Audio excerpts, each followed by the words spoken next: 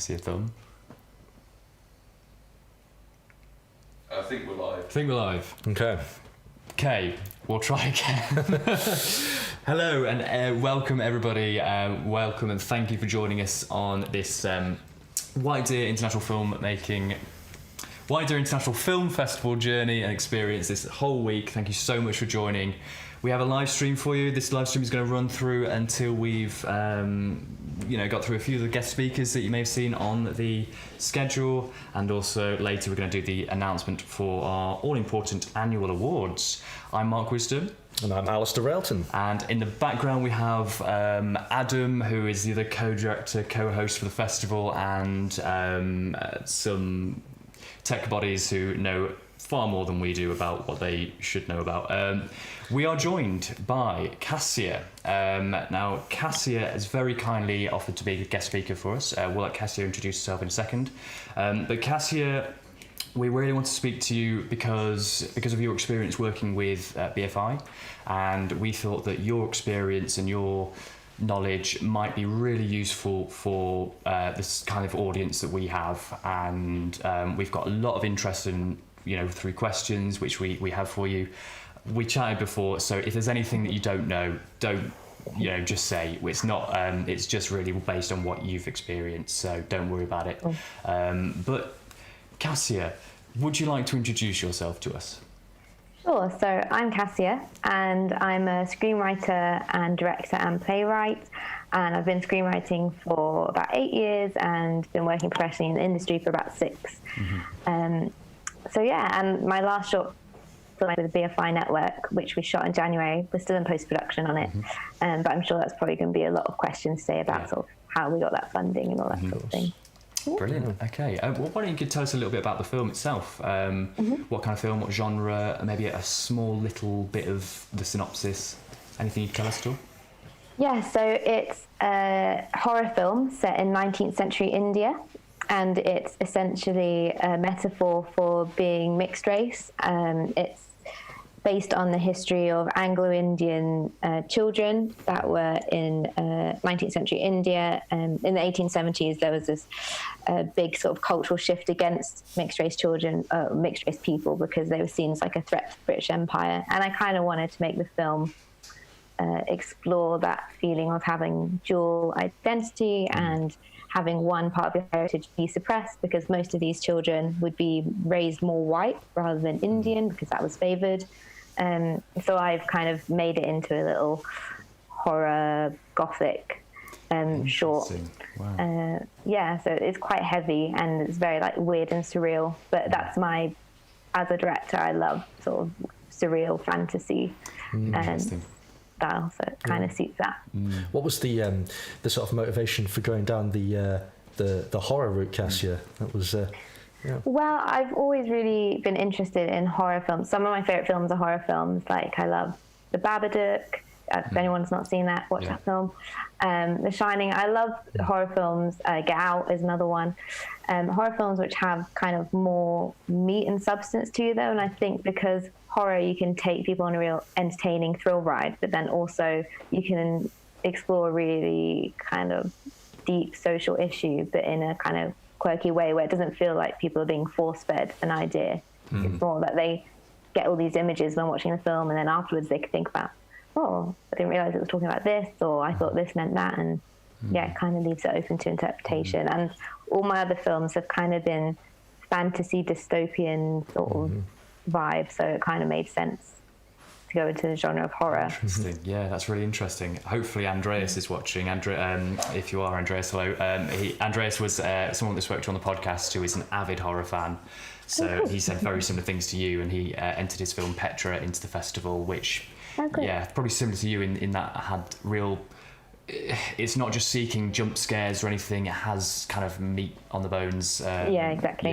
A narrative element to it as well, a real strong narrative element. So is it right that you wrote that film and then directed it yourself? Yeah, so I wrote and directed it. It's called Catch a Butcher, by the way. I didn't say the name. Yeah. And so I wrote and directed it, and my producer, because I worked with the same producer and DP on my last short film before this one, and we wanted to collaborate again.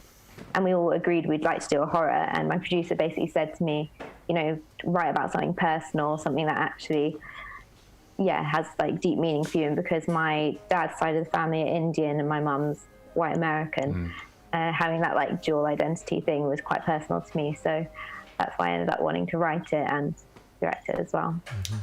Brilliant. Just very quickly to pause, if anyone can hear the sounds of pianos in the background, we're actually broadcasting from very kindly from Sherwood Phoenix, their musical instrument shop. So if you hear any instruments going off in the background, that's probably why. If it isn't, who knows? Probably a start of a horror film. But just going back to that, Cassia, so you work with the same sort of people, the similar teams that you worked with before. Is that something that you like to do, or is that the first time that that's happened? It's kind of the first time it's happened. Basically, I think because I didn't go to film school, so it took me a while to kind of find a DP that I really connected with, and it's such an important relationship. And on my short I did before this one, Kindling, and I worked with my DP Robbie, we got along really well, and that's why I was like, definitely be great to do another film together, to kind of solidify that and grow our vision together. And then producer, same sort of thing. I made my last short with this producer, and then this one as well. But they're both based in London, and I've been trying to sort of meet a bit more sort of Midlands producers and DPs and other crew as well, just to kind of broaden my mind a bit as well. Excellent. Well, Not just everything's London. Well, that's exactly the kind of message that we want to promote, hence why we did have a separate set of categories and screening sessions for the East Midlands specifically. But yeah, it's big for us, that idea that you can be a filmmaker anywhere. Sure, there's always going to be some hubs of extra attention, but yeah, no doubt that people can make films literally anywhere. The scenery around here is amazing. Use it. Oh, definitely. There are people out there, very talented people who, such as yourself, who are making films, and let's try and get everyone together and networking and everything. That's one of our goals, I think. It is, absolutely. I mean, just because it is, I think there is the big pull that tries to get everyone to go down to London. Yeah. Because the competition is so fierce down there, and it doesn't need to be. I think one of our strong messages is it doesn't need to be that difficult. You know, it can be much more collaborative rather than competitive, you know, as a real strong message there. But well, anyway, back to your film, Cassia. So I think what everyone would be quite interested to start by hearing would be, what was it sort of like working on a film that had a good sized budget attached to it? You know, did it make a significant impact? Did it bring more challenges? You know, what was that kind of experience like? It definitely was challenging. Our budget was around 40,000, I think, and I'd only worked with budgets between £500 to £5,000 maximum, really, on my other shorts, kind of like between those. So it was a really big change, and suddenly it felt like you had all this pressure because everyone's sort of trusting you with this thing. When you're doing something for yourself and it's your own money in it, or you've just raised a little bit, like £1,000 or something, you kind of feel a bit more free. But I was very aware of this sort of pressure of like, oh no, got to make something that everybody's going to like, the funders are going to like. And our film as well was super challenging. I mean, we were doing night shoots in this abandoned abbey in the middle of nowhere in Lincolnshire. And we were working with babies, real life babies, which I had never worked with before. So that was a challenge. And everything, like when you work with different things like that, it all costs more money, because if you have a baby, you have to have not just the parents there, you have to also have a professional minder there, and you can only have them on set certain times. So it like affects the schedule. And yeah, it was all quite crazy. And the BFI network, they gave us £15,000. And then we had to raise the rest privately, and we're still actually raising a bit of it. So yeah, it's kind of still never ending, the funding journey. Did you notice an increase in the size of your team, so the people that you worked with, for example, to accommodate for the extra necessities like hiring underage performers and things like that? Yeah, definitely. I mean, the crew was bigger, and it was really nice though, because we could kind of afford to have sort of proper heads of department and things like that. When you're kind of making your own films, you kind of muck in and do everything. Yeah, which we still had to do. You know, it was probably like an 80 grand short we were trying to do on 40 grand. So there was still lots that we had to kind of muck in and figure out. But it was really helpful having, you know, set heads of department and people that knew what they were doing. And it was a real like camaraderie, and everyone, as I said, still was mucking in, and like we were trying to do different things. Like our gaffer, bless him, we were only lighting the film, apart from one specific scene, we lit the whole film just with fire. So candles and stuff like that. And we had just our gaffer basically running around constantly lighting candles, and if they go out, and lanterns and all this stuff, and he was just non-stop. And he was brilliant. And so blabbing on about all my individual crew members, but they were all great, and it really helped to make sure we got the most out of the budget that we had. If that makes sense. Interesting. What was the runtime of the film? So we're still in post, but we have a picture look at about 11 minutes. 11 minutes. Okay. Yeah. So it was going to be a lot longer.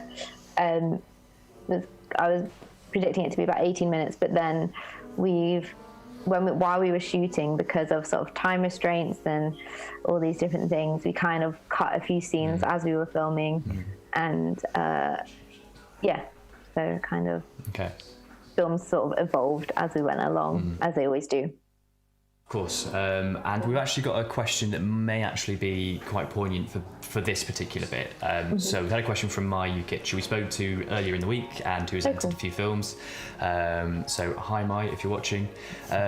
So his question specifically was if you could give an example of at what stage in the filmmaking process did you start along the funding kind of train, if you like. Sure. So was it very early on? Was it very, towards the end? Was it when you just had a script sort of thing? And additionally, are there any things based around that would increase the chances of getting funding that you're aware of yourself, or anything that helped you? For example, was it making the film shorter or something like that? Cool. So with Catch a Butcher, we came up with the idea, and then I did write a script before we applied for funding, because the BFI network funding, you have to have a script already, and you have to have a producer attached. So me and my producer kind of developed the script amongst ourselves, and then we basically came out with the idea in September of 2018 or November of 2018, and then we submitted it to the BFI in March of 2019. So it kind of was like 6 months of kind of getting the project ready to take to funding. But before we applied for the funding with BFI Network, I had met with the BFI exec of the Midlands, whose name is Alexandra Jackson, and kind of pitched her the idea in person first. Even though it's an online submission, it's always better if you can try and meet or have the person who's going to be giving you that money or not be aware of you. That was kind of my little trick there. Of like, talk to her first to make her really excited about the idea, and then apply, which is what we did. What was the second half of the question again? The second half was, so is there anything that you could do to increase the chances of getting funding? So you've answered that partially there, I would say, in terms of, I guess, networking, but specific networking for potential. Yeah, very specific networking, and like trying to find out who it is at, not just with BFI Network, but who it is at BBC Films or Film 4 who produce or exec produce the shorts that they make. Those are the people you want to kind of hunt down and try and contact, meet for a coffee or anything. But also in terms of the actual project that's going to be funded, I think what funders are looking for are things that are authentic to you. So it's all very well kind of having a really cool idea for, I don't know, a crazy Western or something. But if there's not something in that idea that attaches to your voice as a filmmaker, you're more likely to not get funding. So because this story for me was about, the heart of it is about dual identity, that's something that I very much relate to. That was something that they could get really excited about. So it's just trying to think about, what your voice is as a filmmaker, what you want to say and how it relates to you and your experiences, and kind of making that come across as much in any funding application. That's really interesting. We've got Benjamin Dwyer, who is a guest speaker on later, who's talking about personal branding. So I imagine that he'll go into more depth a bit on that in terms of finding out who you are as a filmmaker, as a person, as someone that has a product to sell. What makes you stand out and unique? Because there are so many stories out there and they're all brilliant, but some of them maybe lack some sort of personal substance, choose my words, but like something that is individual to you and is unique to the world, when there's so many new TV shows, new films coming out. What makes yours stand out, and does it have a message and things like that? So that's I think that's a really nice message for everyone, just to like do something that makes you passionate, I guess. Yeah, exactly. And you can tell when something's authentic as well. And say that's kind of what they look for. Cool. So on that, this is sort of another part of what Mai asked, is that does it matter then, do you reckon, if you're a first-time filmmaker or someone that's more seasoned, got a few films under your belt? I mean, you possibly have to have some experience making films to a degree, so you know what you're doing, and what that application then can be with some level of experience. But does it matter, do you reckon? I mean, I am kind of speaking specifically from getting funding from BFI now, and I could differ for other funds. But they want you to prove that you're passionate about filmmaking, and I think they would look at your application if you haven't made a film before, but you are really interested, and maybe you've been an artist and you've created works of art, or you've done some moving image work or something like that. That just sort of proves how you have a vision that could be channeled into a film format. But I think it's important to try and, if you can, make a short on your own before applying for funding, because it just does demonstrate. And it doesn't have, they know, that people don't have lots of money to make films. So it doesn't matter if the quality's not great. It's about what your ideas are and kind of thinking of what each film is. So the film I made before Capture Butcher, which is called Kindling, our goal for it wasn't a film we made to get into lots of festivals or anything. It was a film that we wanted to make to kind of be a calling card for funders, for future funders. Exactly, yeah. It's kind of having an idea of why you make each film. And with Kindling, it was that one. It was to have that one go in front of Alex and the BFI and be like, we did this on like no money, but you can see sort of where our ideas and like our themes and my vision is, and kind of using that as a demonstration to get the next thing. Exactly. It's having that CV, which is there's only so much you can do on pen and paper. If you've got it there, why not use it? So the visuals really tell the story. We've got quite a few questions. Some of them are actually quite similar, so we'll probably tackle them roughly at the same time. You already sort of touched on a few things, but we'll go into a bit more depth. But we do have a question from Tatiana Anders, who we've had on the podcast before, and has entered her own film, which has gone through some level of funding, crowdfunding especially, and things like that. And she wanted to know, there's two parts to her question.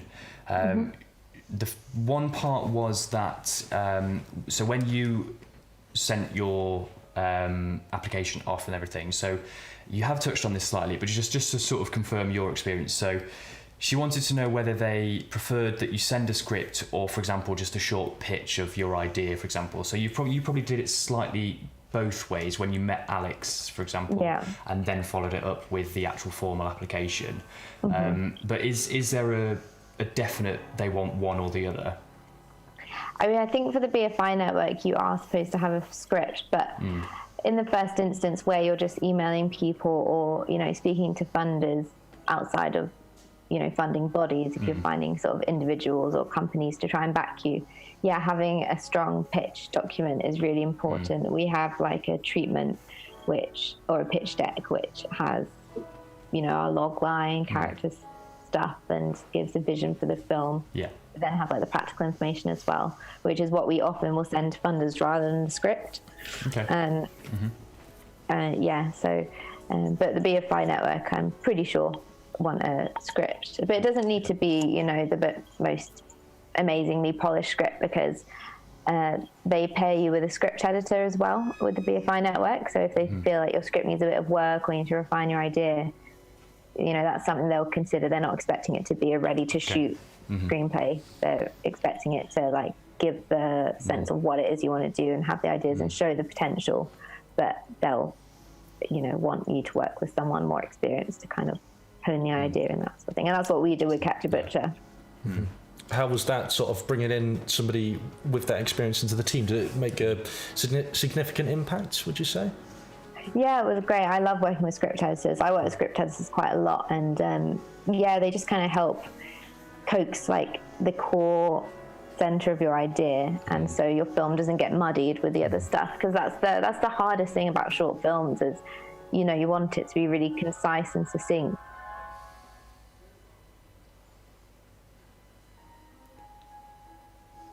Oh dear. Short amount of time to make the impact. Yeah. Slightly froze there. Sorry. Oh, sorry. Oh, it's all right. But yeah, short films, you have such little time to sort of make an impact. And my brain works because I write, features and stuff. My brain works in long form. So actually, for me, it's a lot harder to kind of make an idea smaller and fit into a short film. Yeah. So working with someone who has an objective view on your story is always really helpful. Yeah, for sure. What about just very quickly then, when you've made a film in the past, on the far end of the process, when you go into the editing stage, do you outsource your work to an external editor, or do you do it yourself? So I've always worked with an external editor. I actually can edit, and I've edited a few of my own music videos and stuff, low budget stuff that I've done. But for short films, I always try and get an external editor because they have a fresh view on the footage and things. And I think that's really important, and it kind of sets you on the path of when you're doing it professionally, because directors are very, very, very, very unlikely to edit their own film, but especially when you get into features and things.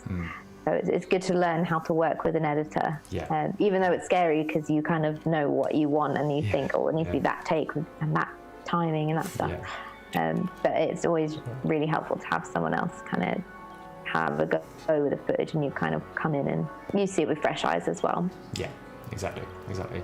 I mean, that's amazing. I think what we'll do, we'll save the second half of Tatiana's question till the end, because it's more about kind of what's next for you, so we'll come back to it. But we had a question which was about, so let's say you've got the BFI funding.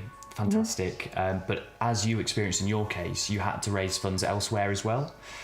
So the question was, it was from Volatile Pictures, who is the production company for a team that we've chatted to in the past. And they wanted to know sort of any tips or tricks that you've found that can open up new doors to finding other places of funding, or hidden pockets of funding resources out there in the industry. So I just froze for a minute, and I come back. Did you hear the last part? Yeah, I did. Yeah. So essentially, it's just contacting so many people with your idea, and having a pitch deck or a treatment or something to try and reach out to them. You can try going for sort of very famous philanthropists and stuff like that, but they get so many applications, and they often will support charities or something, which it is more important than me making a film, so I can't complain. But it's a lot of it is talking to people about it, because they might know someone who's interested in putting a bit of money towards a film, that sort of thing. You can look at sort of sponsorship. So there's a local business who might want a credit at the end of your film. They could give you, even if it's not money, they could give you, bottled water for free, or that do a bit of catering if you credit them. Kind of figuring out different ways like that. And it is really hard to find funding, because it's like trying to find where all the rich people are. I don't know that many rich people. I'm not from a upper class, middle class family, so it's like quite hard when you don't have connections like that. So it's just kind of a lot of asking people who might know someone, and emailing around. And I mean, it's, as a director, like, I'm trying to do that and help the film as well, but my producer kind of takes most of the reins of that, and he kind of has a smallish network of people that he knows. So again, you can ask. And the good thing is, once you do meet that person who is willing to fund your film, usually it's quite a long-term relationship, because they're investing as you as a filmmaker, because no one's going to make a return on short films, and like everyone knows that. So they want to invest in this, so that when you get to do the feature, they can be sort of first in line to have a cut of that sort of thing. Yeah, that's brilliant. And I imagine in certain circumstances, if you approach someone and the particular project that you're approaching them with wasn't quite right for them, at least you've opened up the communication. So if you've got something else, then that could be the one that they back in the future. Definitely. The worst thing anyone's ever going to say is no, so it's worth, or not reply, which also people do a lot of the time. So like, that's literally the worst thing that's going to happen. So I always say, just email everyone, ring everyone, try and get meetings with people, even if it doesn't lead to something concrete. It's an introduction. You've always gained something. Brilliant. Okay. Now we have the next couple of questions are quite similar, but from two different parties, so I imagine it's quite a big thing to be aware of, or that people want to know more about, is kind of, when you have got the funding, how much of an impact does the organisation, for example the BFI, have on your project? So you've already mentioned that they lent the assistance of a script editor, for example, but how much control do you maintain when it's your project and your baby, really? Or is there a lot of influence from them, in your experience? They've been great. It's very much, they know it's my vision. I've just supported it. We did have a thing earlier this year when we were in the edit, and we did the narrative cut, but because of COVID, we kind of had a break, and I went away and kind of came up with like an experimental edit that I quite liked, and we were talking about using instead, kind of taking the film down a different direction.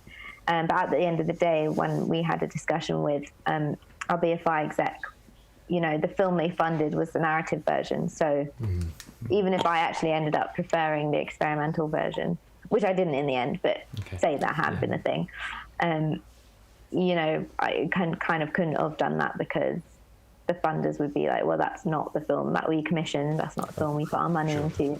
And the funders as well would probably be like that. So you do have to take those things into account, whereas before, if I had just put some money into a film and I was making it, and in the edit I realised, actually I'm going to do this kind of crazy new version of the film, that would be fine. So that is a restriction, but it's not something that I think most people would come up against, because most people would probably just be happy to make the film that they set out to make. They were really, really helpful and didn't kind of try and overtake it all. And it's just, they're just there to support you, really. That's been my experience of it. As I say, they're excited for you as a filmmaker to be using this piece to showcase your voice and what you want to do. And again, they have in mind what the next stage is. So for me, the next stage is try and get the first feature off the ground. And it was something we discussed when we were talking about the experimental version of the film, is that it didn't have dialogue in it, and we want a film that shows you can tackle dialogues and actor exchanges, whereas the experimental version was more like a kind of moving image artist piece, which is actually my feature wouldn't be like that. So really, it makes sense to do something that's going to demonstrate what the feature could be. Interesting. What about sort of third-party involvement when it came to casting, Cassia? Like how much sort of influence did, say, the BFI, for example, have when it came to the choice of casting? Was that very much left in your hands, or you're a casting director, or? Yeah, so I was kind of left in charge of it. With our main character, I did ask Alex for her opinion because I thought it would be good to, double check that she was happy. I don't think I had to do that, but I quite like to kind of keep her involved in the process. And I think she appreciated it too. But ultimately, like they always said, it was ultimately my decision. And so it was good to know that they are kind of trusting me with everything. That's brilliant. Yeah. I think it's one of the things that people always get concerned about is what are they going to have to sacrifice in order to get the money to make a film. But it seems like there's a theme throughout what you're saying, is that if you've created this message or something that means a lot to you, they just want to help get that done. Yeah, exactly. Yeah. And the application process is so vivid. Like you have to do a massive document with your application, which breaks down everything and how you're going to tackle things that are going to be difficult and all these sort of things. So you provide a really good indication of what the film's going to be like. Interesting. Yeah. Good.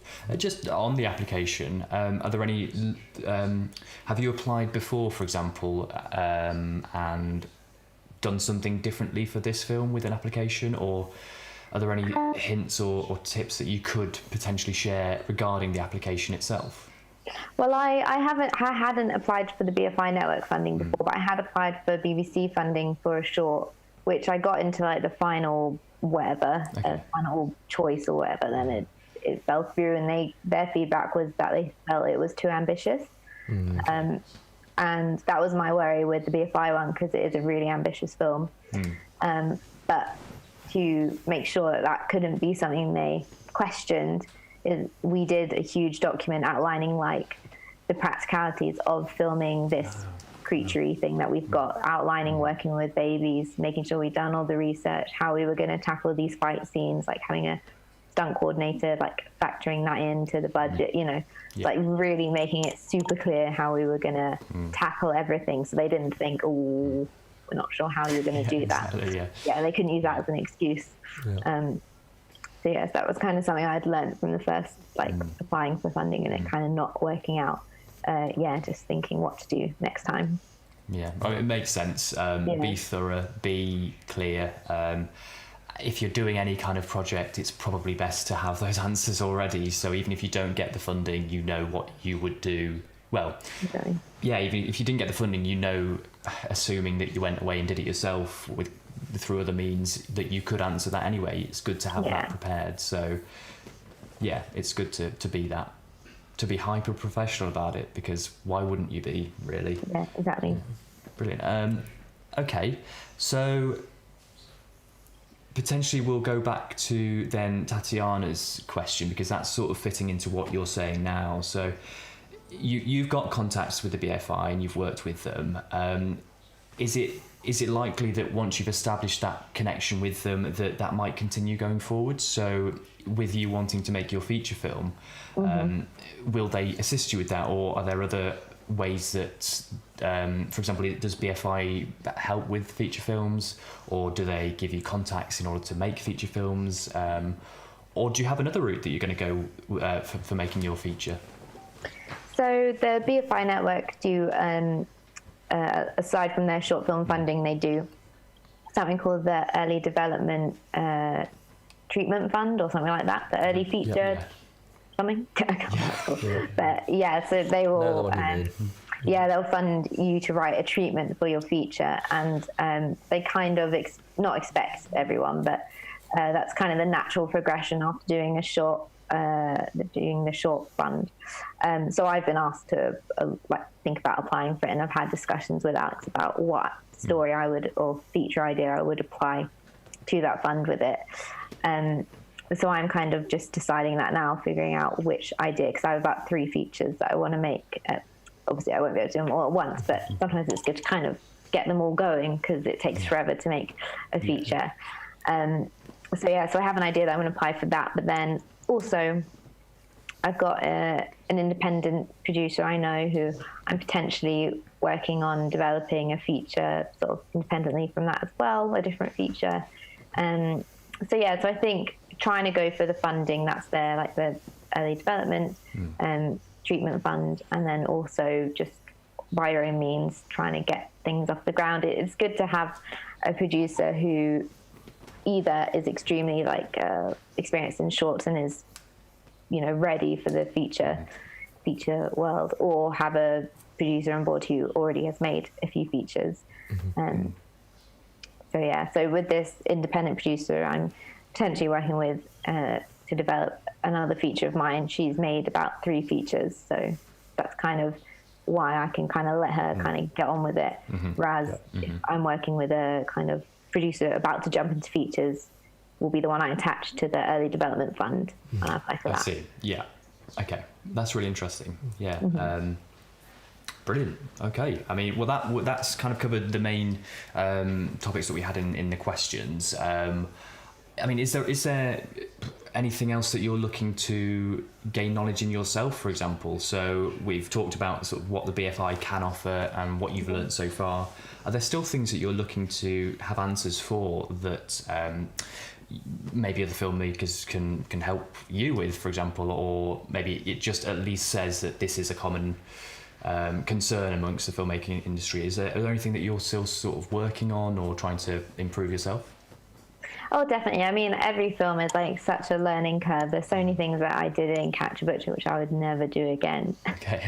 And I learned to trust my instinct a lot more because I think that's quite difficult. And I think it actually became harder with doing a funded film in a way because of the pressure of so I just do what's easier for everyone. So we just kind of, it's not too tricky. But I think just the thing all filmmakers are worried about right now is like how we're going to make films during COVID and what the film industry is going to look like afterwards. And I was meant to do another short film in April, which has been pushed back to, we're not really sure, could be indefinitely, who knows, sort of thing. So I think it's just, trying to figure out a way to make sure. So I actually made a short in lockdown, like on a webcam with an actor, which was a good experience. And I think it's cool to push us as filmmakers out of our comfort zone to try and make something which you wouldn't normally think about making. Because, I mean, single camera dramas haven't really ever interested me, but actually trying to challenge myself to make one, it was a good learning curve as well. I think, COVID's just a bit, for every industry really, isn't it?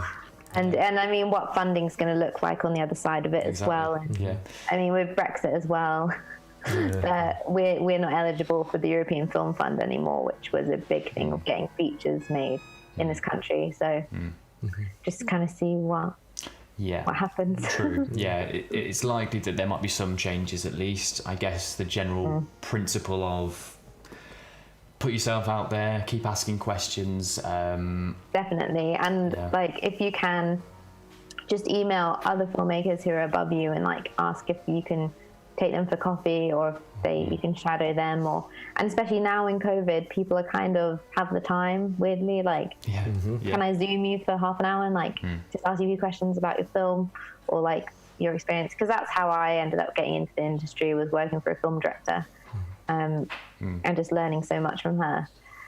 It's really great to just ask the people who are above you, more higher up in their career, and just taking all the knowledge from them really. Brilliant. Okay, well, we're almost out of time, unfortunately. It might be really nice that at some point in the future we have you back on our podcast, maybe to talk about your directing style, things like that, go into a bit more detail about you as a filmmaker as opposed to your experience with BFI, because I think it would be really good to just sort of look into what, how you operate it. All directors are different after all. But how can people follow you, Cassia, and, look into your career and make sure, keep up to date with what's going on?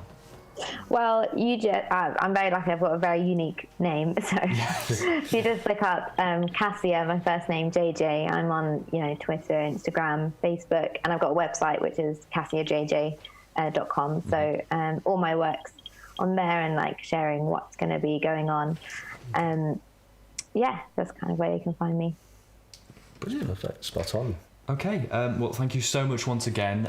We are so grateful for you taking the time to talk to us.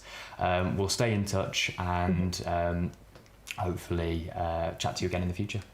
Yeah, it sounds great. Thanks so much for having me as well. Yeah. Brilliant. Okay, we'll end the live and have a small break for everyone.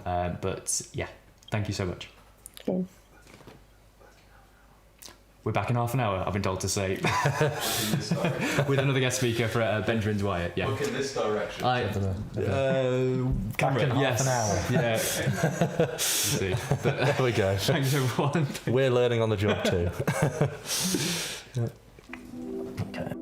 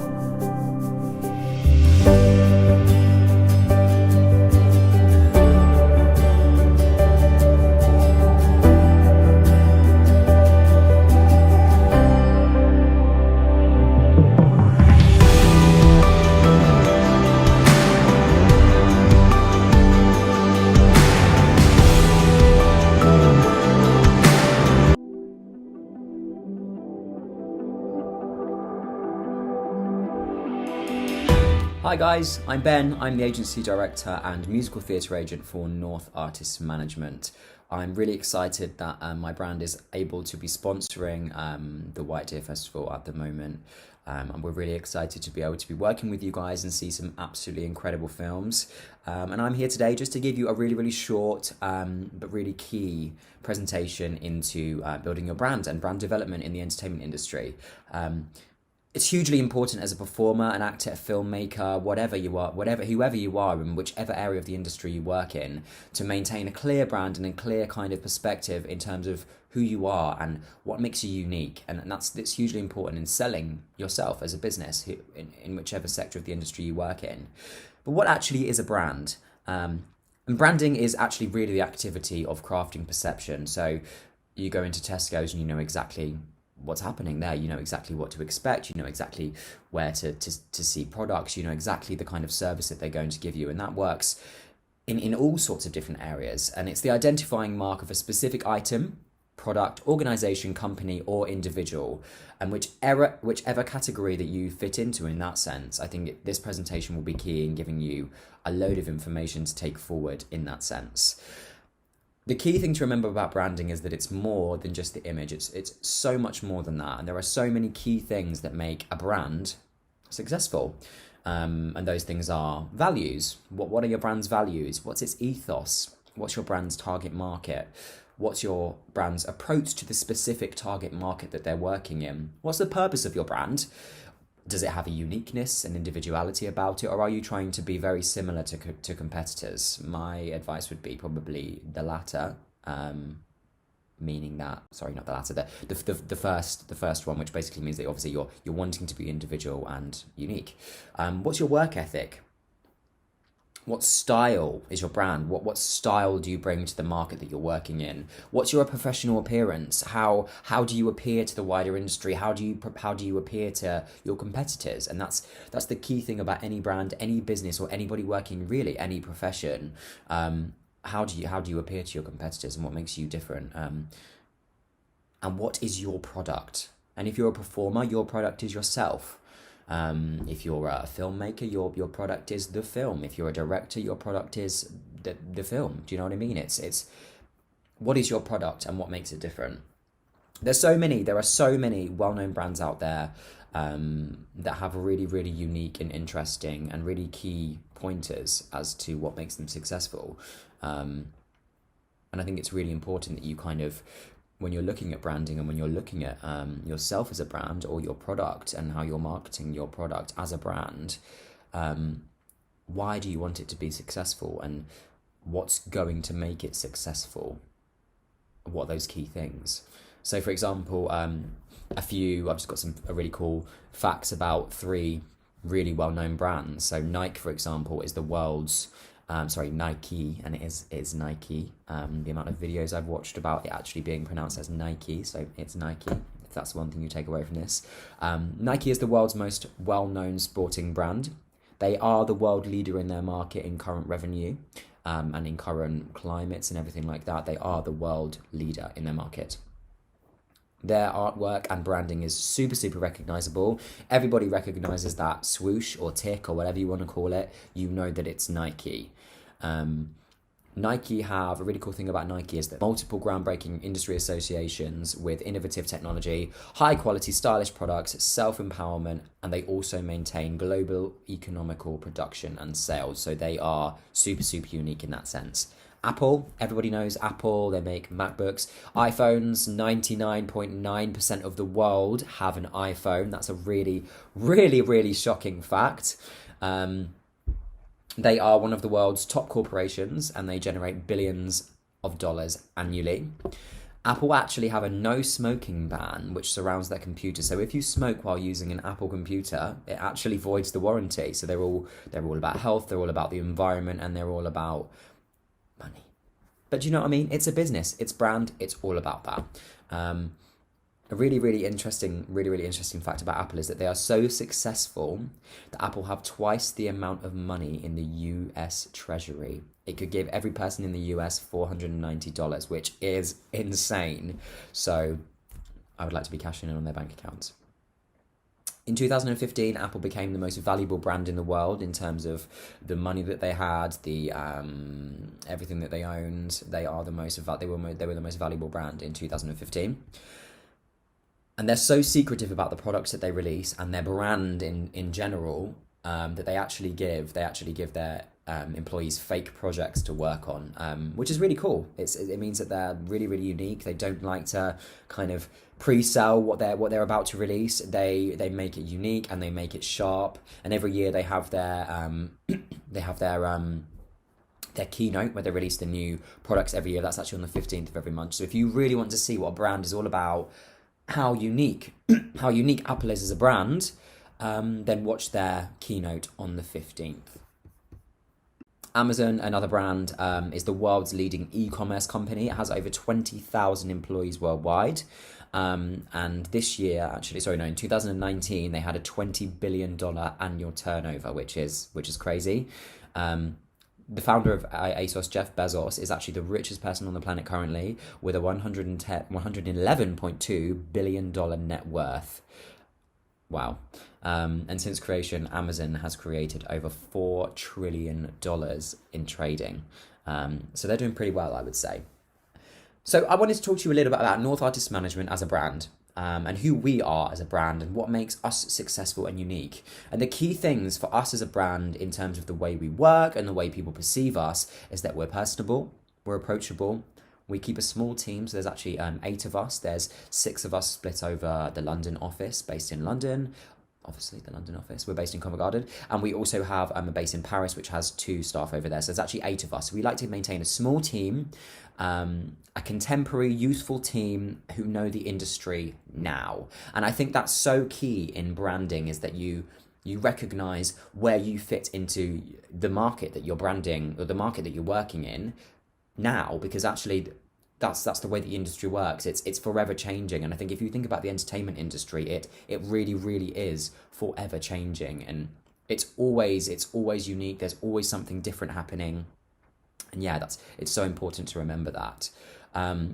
Another thing about us is that we like to maintain a small select book of clients rather than having hundreds and hundreds and hundreds of clients on our books. We like to maintain a small, select, unique, and very employable, very evenly balanced book of clients. We also represent performers and creatives. There's lots of agencies out there the same kind of level of us in terms of the amount of clients that we have, the amount of people we have in our team, who don't represent performers and creatives. So we represent writers, directors, and also musicians as well, which will be happening very soon, which is super, super exciting.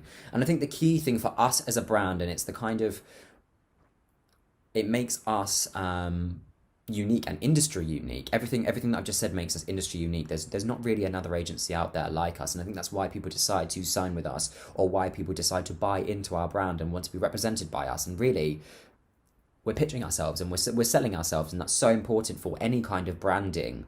And we, as a brand, and the thing that I constantly push at my team is that we always go above and beyond to do more and be different and be personable and be people. And I think as a brand, for us, it's so much more than being agent or agency and performer. And there shouldn't be, for us as a brand, and this is key for us, there shouldn't be a wall in the middle that people have to push against and have a negative experience. And for us, that makes us industry unique, and that's why people decide to buy into us and work with us. And I think the key thing to remember there is that your brand is your reputation. And if you're selling your brand and you're workshopping your brand and you know who you are as a brand, the one thing to always remember is that it's your reputation. And if people perceive your brand in a negative light, then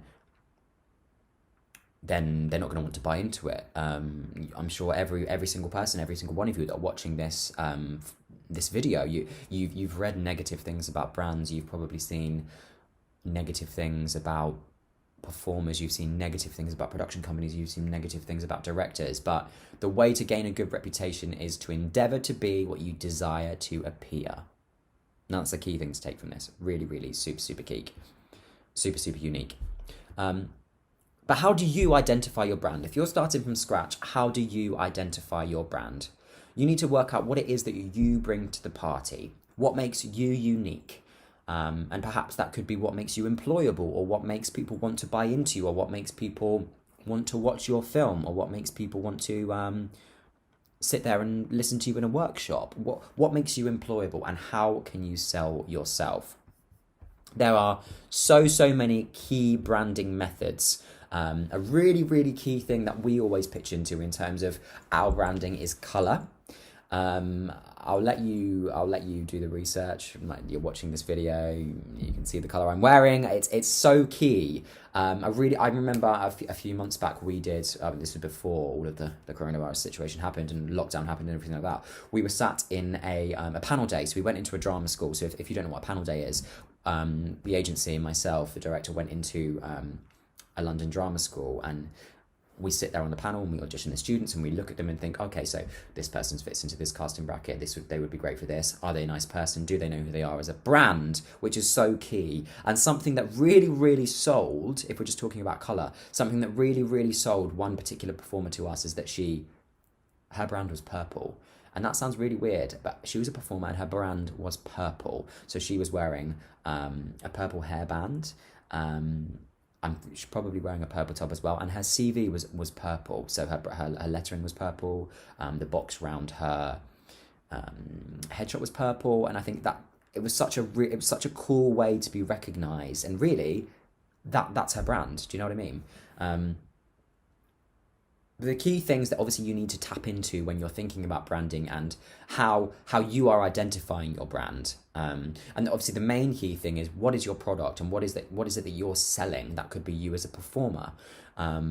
Let's pretend that we're talking about that, or let's pretend that we're talking about yourself as a director, or yourself as a producer. What is it that your product? What is your product? What are you selling? And the key thing to remember is that you need to identify yourself as a business. And it's really key, I think, to separate your business or yourself as a brand to you as an individual, as a brand. Like, two very, very different things. The next thing, obviously, to think about is your target market. Who are they? Are they casting directors? Are they producers? Are they your audience? Are they the type of audience? Are they film festivals, for example? No, let's just pretend we're in a performative bracket and we're talking about ourselves as an actor, and obviously you can tap into this as however you think is necessary. What is your casting? What is your unique selling? Where you fit into the industry? Sorry, where you don't fit into the industry. And is your opinion on your casting realistic? Because if it's not, then you will never work. And it's as simple as that. And it sounds really harsh, but you need to realistically know what your casting is and what you're bringing to the table. Could you enhance this casting? What other things can you do to enhance this casting? And what more can you do to make yourself more employable as a brand? And really that ticks so many boxes in terms of different areas of the industry completely. The next thing to think about in terms of identifying your brand is, what are your values and purpose as a brand? What's your values? What do you want to achieve? What's your purpose within the industry? What's important to you? What are your goals? Do you have goals, and what are they? Like, how do you achieve these goals? Do you have a mission statement for your brand? What do you want your brand to achieve by the specific date? What do you want your brand to have achieved in 10 years' time? Think about the future. What are your values? What's your purpose? What do you want to achieve? Where do you fit into the industry? Which areas of the industry do you want to work in? What do you value about your working relationships with people in terms of your brand and who you are as a person? The next really, really important thing is your ethos as a brand. What do you want to achieve? What plans have you put in place to achieve? What's your personal definition of success, and how do you want to achieve that success? Do you have a business plan to achieve that success? What is your mission statement? And that goes back to values and purpose as well. What does this include? Could you enhance it? What else could you do? It's really about doing so much more than just the call. This is where I am. This is what I'm going to do. It's so much more than that. What other activities could you be doing to give yourself clarity in terms of your ethos? Do you know how to deal with success but also failure? And that's such a key thing within our industry, because there is a lot of failure, unless you're a very, very lucky person, who books job after job after job after job. There is a lot of failure that comes before success, and you have to experience failure to experience success. How do you, another thing to think about, how can you separate your business from you personally? And that's a really key, I think, important thing to remember in terms of business branding, business enhancement. It's how can you, especially in the entertainment industries or the arts industries, it's how can you separate your business from you personally? And it's key to do that, because for me, for example, I know that I need to be able to come away from work every day and be able to sit down for dinner with my friends and not feel like I'm talking about work constantly. And yes, the industry that we work in, whether you're a creative or a performer, you live and breathe it. And I think it's important that you can kind of step away from that as much as you can. Learning to understand the product you offered isn't good enough is not the same as you not being good enough. And it's about dealing with that failure and knowing that it's just a brand. Do you know what I mean? Not everybody wants to stroll into McDonald's and buy a cheeseburger because they might not like McDonald's. Not everybody wants to stroll into Apple and buy an iPhone. And if you're an Android user, then get a life. But it's that thing, isn't it? It's about knowing who your brand is and knowing that it's not for everyone, and that's absolutely fine. Nothing is for everybody. It's like Marmite, you either love it or you hate it, and there's no middle ground, really. Surround yourself in your career. Really, it should be your life surrounded by your career, and it's so important. It's so important to remember that, is that your career is part of your life, but it is not your life. And I think when you're thinking about branding and enhancing your brand and who you are as a brand, it's so important to remember that you need to step away from that and take away from that, and that needs to be part of your ethos. Yes, you can live and breathe it if you want, but even some of the world's most famous entrepreneurs have had a life, do you know what I mean? And they've achieved things whilst having children, and they've achieved things whilst being married and everything. And you need to have a life around that. I'm not saying you need to all jump out and get married tomorrow, but if you do, invite me to the wedding, because I'd like to feel responsible for that. Anyway, yeah, it's having that life in addition to everything else that you're doing in terms of your career. Key thing is your market approach. Where do you sit in the market? What is your market? What is your target market? What is your casting market? If you're a performer, what makes you unique in this market? And what do you have that others don't? What can you do to enhance this casting market or the market that you sit in terms of branding? What are you doing differently to others? What makes you unique in terms of your market approach? What's your secret? Do you have a secret? What's your secret ingredient to your brand? What's your secret? Do you put a bit of Marmite in your spaghetti bolognese to enhance that brand? Do you know what I mean? Because I absolutely do that. And if you haven't tried that, you should. Well, yeah, what's your secret? And who can you speak to that's probably ahead of you, but would still give you the advice to kind of get where you are? And the industry is about networking. It really, really is. No matter where you work in a creative industry, network. I cannot stress that enough. You need to network. Totally. So what advice can you get from others is a key thing to think about in terms of enhancing your brand. And it's all about brand enhancement. And I don't think there's always competition. There is always competition. And I don't think a brand is ever solid. You might be solid in knowing who you are as a brand and what your brand is about, but there's always enhancement to be made. There's always improvements to be made. There's always something extra. And I think it's so key to remember that in terms of your market approach and just your mental well-being in terms of knowing what your brand needs to achieve or wants to do next. I think a key thing to remember, let's just pretend we're in a performative bracket now and we're talking about actors and performers. Professional appearance in terms of your brand is so important in the entertainment industries. So what impression is that you want to give in a professional setting? What impression is that you want your brand to give in a professional setting? Have you had any negative experiences in this sense? And what do you want to, what have you learned from those negative experiences?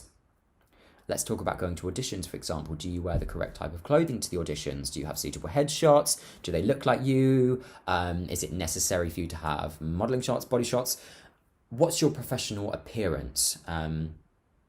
Do you really need to dye your hair? Do you really need to dye your hair blue? Do you know what that's going to do to your marketing or your brand? And if you do, that's great. If I'm not going to dye my hair red because North Ice Management is all about red, but it's all about a little bit more than just doing what you want to do. Because actually, as a performer, I think, and you think about yourself as an actor, if we're just thinking about yourself as an actor, your brand is actually you, and it's your aesthetic, and it's about what you bring, and it's about what you can do. So thinking about things like that is so key. And I think it's important to know that the people what the people that are surrounding your brand are doing for you as well. So let's pretend you have an agent. If you're a writer, do you have a literary agent? What is your literary agent doing for you? If you're an actor, so for example, my clients, they speak to me about what I'm doing, what's next for them, what's happening soon in the industry. Obviously, the industry is, very, very quiet at the moment because of the global pandemic and everything like that. But it's key to know for yourself as a brand what everybody else surrounding you as a brand is doing that's working alongside you. I think another really key thing, and especially in this day and age, and especially whilst really we can't be going out to do job after job after job after job, is to be engaging on social media. And as a brand now, I think any brand in the industry, any industry really now, and any brand in general should be really pushing the 21st century social media drive, which is so crucial, especially in our industry. And it's key to tap into the things such as the image that you're displaying on social media. And I don't mean your logo, I mean the general image, your brand image on social media. What should you and shouldn't you post? What should you be liking? What should you be reposting? What should you be... Do you know what I mean? What more should you be doing in terms of social media in this sense? What could be really building for your brand, or what could be really positive for your brand in that sense? But it's key to tap into what could be damaging in terms of your brand on social media as well. And I think it's a massive thing. And for myself as an agent, it's very important for us to have a positive image on social media, and I like my clients to maintain a positive image on social media as well, because I know how important it is. And for myself, for example, if I'm looking at new clients, or I'm going to colleges, I'm going to panel days or agent showcases, for example, I will research people on social media. And I know that for performers as a brand, it's so important that they maintain a positive approach on social media. But if their social media is absolutely diabolical and they're posting negative posts left, right and centre, then I won't even consider them, because I know that it's so much more than just what I do. It's about everything. It's about the bigger picture for your brand. It's so much more than that. I think the one key thing, if I was to summarize, and we'll leave it here, and I think the one key thing to remember is that branding and personal branding is never complete. For myself, in terms of running a business and running North Artist Management, I am constantly, the cogs are turning in my head, constantly trying to think about what more we could be doing as a brand, whether that be for our clients, whether that be for our image within the industry, whether that be for potential new clients, or what other areas of the industry could we work in. It's about knowing what more you could do. And I think if you think that your brand is done and you're complete, then you're wrong. You're totally wrong, because as a business, and if you just think about it from a business point of view, it's a constantly evolving thing, and you need to constantly develop how you work, and develop the people that you work with, and develop your product. But yeah, I think you can just do so much more, and it's a never-ending thing. But that's pretty much it, really. And I think I've given you some really key things to think about in terms of how you can develop your brand, how you can identify your brand, and what more you can do. And whether you're a creative performer or don't even work in the industry yet, or are really striving to do that, any brand, no matter what industry you work in, no matter what field of work, you are a brand. Your brand is your product, and it's so key that you push that in the right direction. It really is. But that's pretty much it, guys. Obviously, I am really excited to be doing the Q&A with you for the people that are joining. Please bring some absolutely cracking questions. We're an open book. I can't wait to shed knowledge, ideas with you, or just hash out what's happening in the industry now in terms of whatever. But yeah, it was really nice to chat with you guys, and I hope you found this useful, and I look forward to speaking with you in the Q&A session. Bye-bye.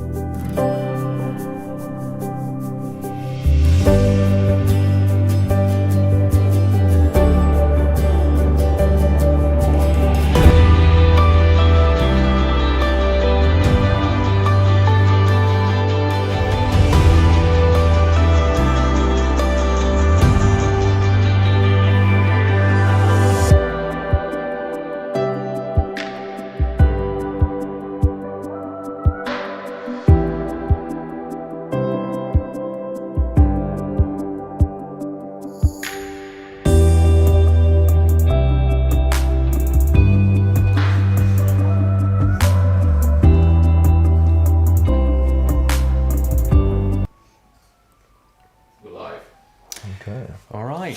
Hello, Welcome everybody. back. Yes. Thank you for listening to our guest speaker, Benjamin Dwyer. We are very fortunate to have Ben with us, who's going to answer some questions that you've asked and some that we've jotted down ourselves.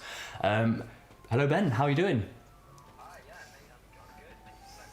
Excellent. Our pleasure. And thank you very much for the video. That was extremely informative. I've also seen that one before, hence why we wanted you to do it for the festival for us. Yeah, so, I mean, appreciate the consistency. This is an incredible transition. Love it.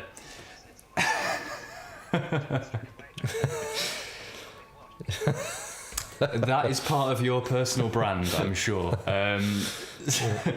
So, Ben, we do have some questions for you, and these, these questions are from people that have interacted with us as a festival before, and that have made films and everything, and they are already filmmakers for the most part, so they're already on their journey. So hopefully you can provide some insight to get them either a little bit further along, or just to, it might just be something of interest for them, or something that makes them feel better about what they've already discovered themselves. But yeah, I guess we'll kick off. So a lot of what you were saying before, was in relation to things like Apple, for example, and like these massive brands that everybody knows, like general consumers all know. But if we're thinking of this industry particularly, and maybe actors, for example, because everyone's heard of the most famous actors, and some of them could be compared to Apple, for example. But what branding do you see particularly in certain famous actors? Some examples could be, for example, Jake Gyllenhaal, Tilda Swinton, Idina Menzel, for example, or I think you've prepared an example for us. So what do you see in a particular actor when you look at them?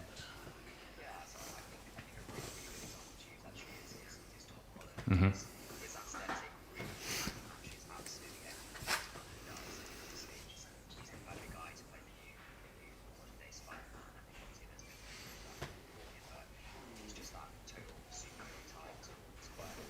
Mm.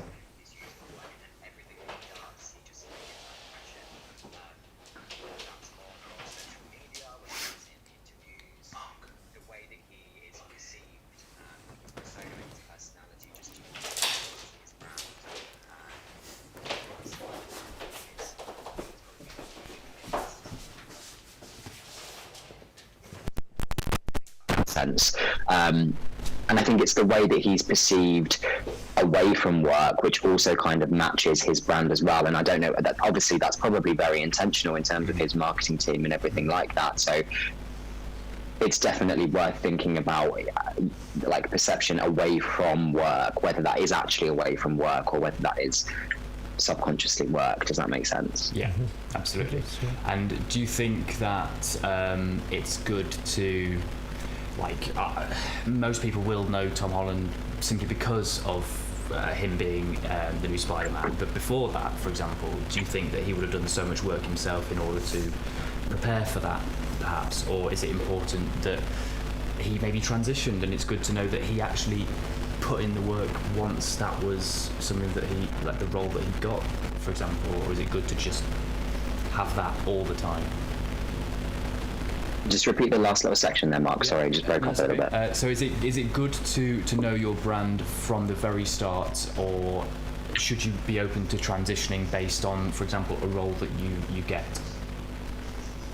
Yeah, I think if we kind of put branding and casting in the same kind of perspective, they're both forever changing things. I mean, let's use Harrods in London as an example. When I was performing myself, I used to work for an agency within Harrods, a retail agency within Harrods, and they always tell you the story of when Harrods began, how it was this tiny little like 10 by 10 meter market stall in the middle of Knightsbridge, and then now it's this absolutely, it's the number one department store in the world. And I think it's a forever changing thing. So I think, no, Tom Holland definitely would not have thought at the beginning of his career. I mean, at the beginning of his career, he was Billy Elliot, and now he is Spider-Man. So it's complete contrast there. So no, brand is a totally forever changing thing. And I think it's key to not be so tunnel visioned in terms of branding, of your branding, in the sense of knowing that it will be enhanced and it will change, and you just have to go with that.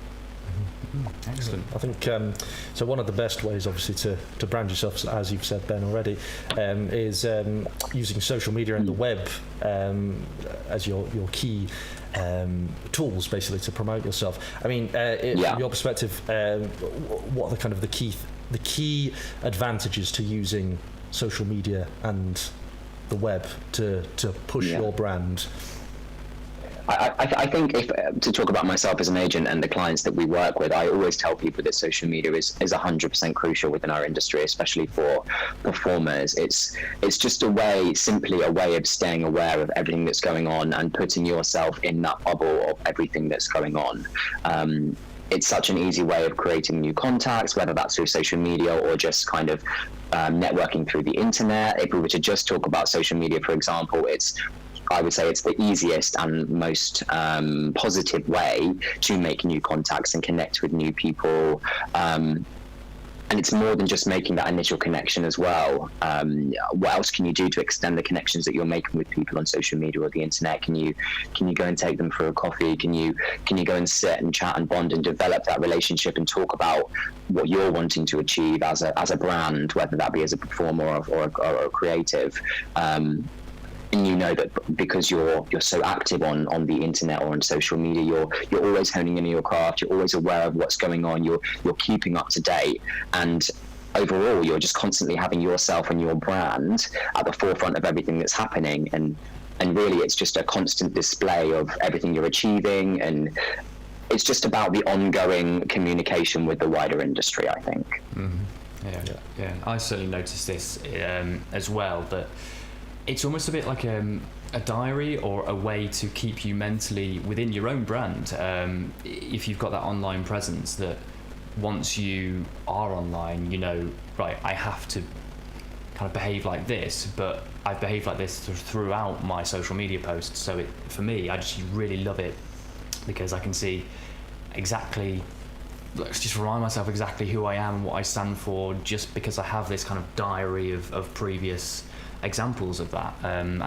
We've spoken about this before in the past, that having your own website, for example, keeps that all in one place, and you've got that, and it's your face to show people, like it's your business card, if you like, in the modern world. That's still an important tool to have sometimes, but if you want people to know instantly who you are, show them your website if it's all geared to how you want to be perceived.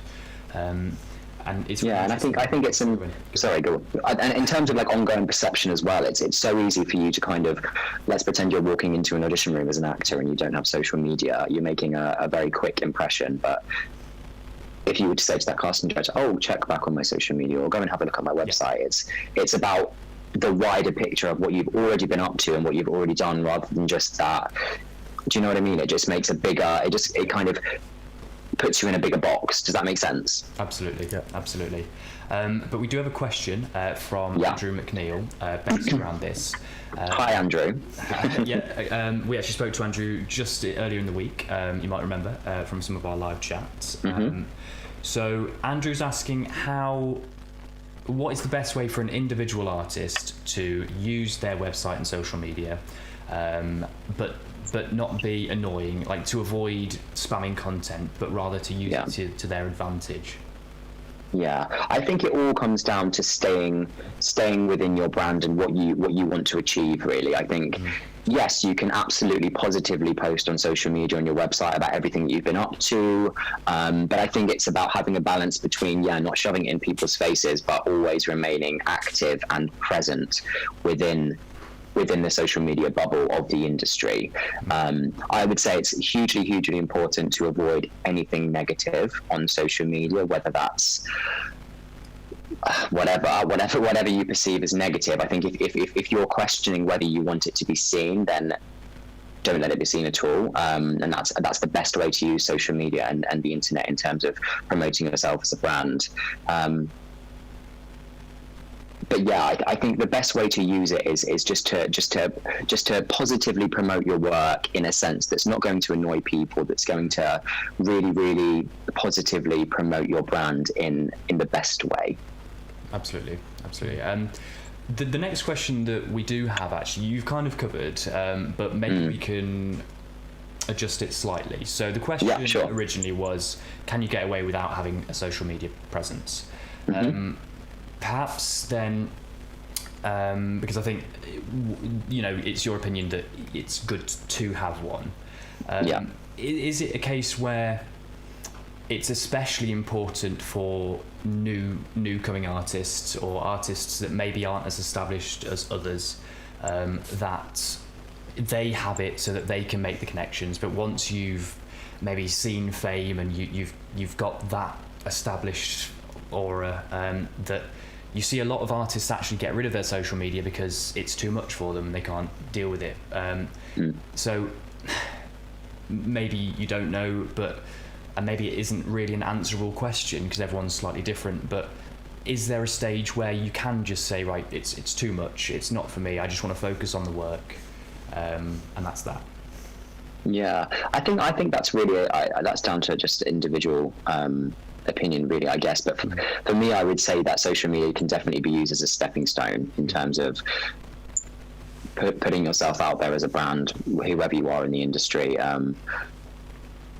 The best thing to remember, I think, when anything gets too much, is to just stay grounded and know what's important. And if social media is just part of your work, then you kind of have a different opinion on it in total. But if you're kind of mixing the both, then it's completely different. I guess it's different for kind of massive actors out there that really they really struggle to step away from work because they're constantly in the spotlight. But I think if you're let's pretend you're a new drama school graduate and you're wanting to make a name for yourself and you're wanting to get out there and you're wanting to be recognized, then yes, social media can definitely be used as a stepping stone in that sense to make contacts. Did that even answer your question? I feel like I've gone on a tangent. No, that makes sense. That definitely resonates with me personally, because sometimes I feel like the amount of time that I spend on social media could be used doing the work, but then at the same time, you can see it in this festival, for example, the contacts that we've made as a team, we would never have had them if we didn't make ourselves known and interacting with people on social media. So it's absolutely. Yeah, the evidence speaks for itself almost. And the industry in general, I think, is just one giant network. Really, it is, and you need to be part of that network in order to succeed in any way. You could be very lucky and walk out of the womb and go straight into a film, and that's it for the rest of your life. Do you know what I mean? You could be that person, but actually for 99% of people, it doesn't work like that. So it's just about doing everything that you can to enhance your possibilities and opportunities. Absolutely. And you'll be surprised by how many people that you know also know someone else that you know, and you had no idea until it Yes, absolutely. So it's a similar sort of topic. We've had Tatiana Anders, again, a friend of the festival. She had some great questions today. She wanted to know what was the best way to get the attention of maybe other kinds of media, maybe not online, potentially, or media in general. I think the best way to get the attention of any kind of media is just to remain positively active in your field and really hone in on who you are as a person, as a brand, or what you're trying to be perceived as. I guess if you're wanting to contact different types of media, the only real way to do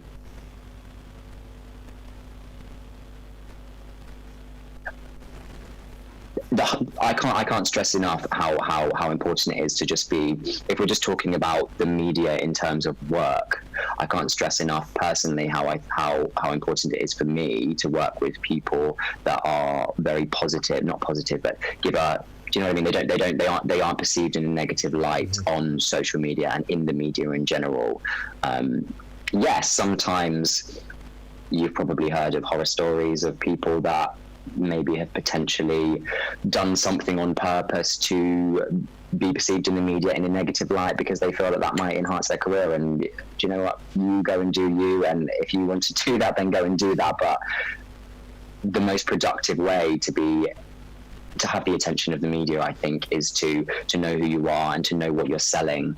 And if what you're selling is what's right at the time, then you are going to get the attention that you deserve and that you need. Brilliant. Yeah.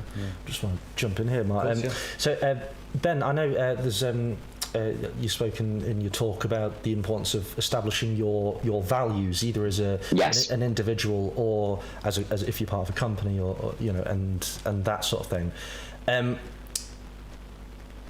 Would your advice be that your values at the very start of your journey, and perhaps the one and only thing that should never change throughout your journey if you're being true to yourself, or are values potentially flexible in that sense? I think everyone. Let's just if we think about people in general, everybody has values that change, and depending on where you are in your life and where you are in your career, your values are always going to alter. I think most people's general values remain the same, and what they want to achieve remains the same, but it just gets enhanced. But values change, and you might have an achievement that means that you want to you want to alter a value that you have. Do you know what I mean? So yeah, in answer to your question, I think in short, no, I would say for me, my values in terms of my brand, North Artist Management, they constantly change and they constantly evolve, and the list keeps adding and adding and adding. And it's, yes, you always have the ones that are there that you think, okay, cool, so I'm always ticking that box off. I'm working by that. I'm doing this. But then things get added, and you workshop things, and you think, oh, actually, this is what we're about now. Like, let's add that to the list. So yeah, it's a constantly evolving thing, I would say. In relation to you and North Artist Management, obviously, congratulations for going international recently. Thank you so much. Something that you wanted to do? Yeah, absolutely. I think it probably wasn't something that we kind of looked into doing we did it over the last few months, and it wouldn't have been something that we would have been able to do actually if it wasn't for the coronavirus situation. So actually, weirdly, it's really, really helped us, because it means that we've had the time to be able to spend on that and making the contacts that we need out in Paris to be able to achieve that. So thank you, coronavirus, for that. Yeah. Probably the first time anyone said that, but yeah. Well, like I say, congratulations. Thank you. It's amazing to see. So I guess in a similar way, we would sort of like to know kind of when you're creating your brand, when you created North Artist. Okay. So put ourselves under the examination analysis from yourself, Ben. We've sort of discussed this in the past, but taking one of our judges, perhaps myself, as I am more of an actor than Al, even though you have acted in your own films, Al, got to pick yourself up for. I have dabbled here and there. Sam. Yeah, exactly. You make it, just to point out, he makes a very good militia captain. Oh, thank you. Okie dokie. Yeah. Random facts, but anyway. Benjamin at northartistmanagement.com, off you go. But yes, taking one of us, why not? Let's do both of us. We'll start with me. So I have acted before. We've had this discussion before. But how do you identify me as a brand in terms of my look, my mannerisms, and everything? How quickly can you identify something based on the way I am as a person? Yeah, I think. For me, brand, I think if we're thinking about actors, even actors as well as a business as a brand, I think it's so much more than just an initial image. Yes, you can look at someone and think from a casting perspective in terms of brand, where do you fit? Like, where do you fit into this bracket? Who are you as a performer? And that's just one. I think that's if we're just talking about actors, obviously, because you act as well, Mark. In terms of brand as an actor, casting is just one of those things. And in terms of marketing yourself as an actor, in terms of brand, it really is all about the initial aesthetic that you give, and the initial what am I trying to say? The words have gone out of my head. Where's my coffee? The initial impression that you give to people, whether that's when you're meeting them, or when they're watching your show reel, or whether they're watching your whether they're looking at your headshots or looking through your spotlight. It's all about your casting brand initially, and that's why, obviously, Mark, for example, it's so important that headshots are the number one thing that actors have when they're thinking about their casting. And if in your headshot you look 16, me, but actually you're a lot older than that, your playing age is a lot older than that, then you're already failing. Do you know what I mean? Your brand is already failing. So it's very, very easy to identify people as a brand based on looks and mannerisms in an acting sense through their marketing material. And if that marketing material isn't on point, then and appropriate for their casting, then, like, I'm sure you won't mind me saying, Mark, like, your headshots are fab in the sense that they portray you in an accurate light in terms of your castings, and casting is your brand.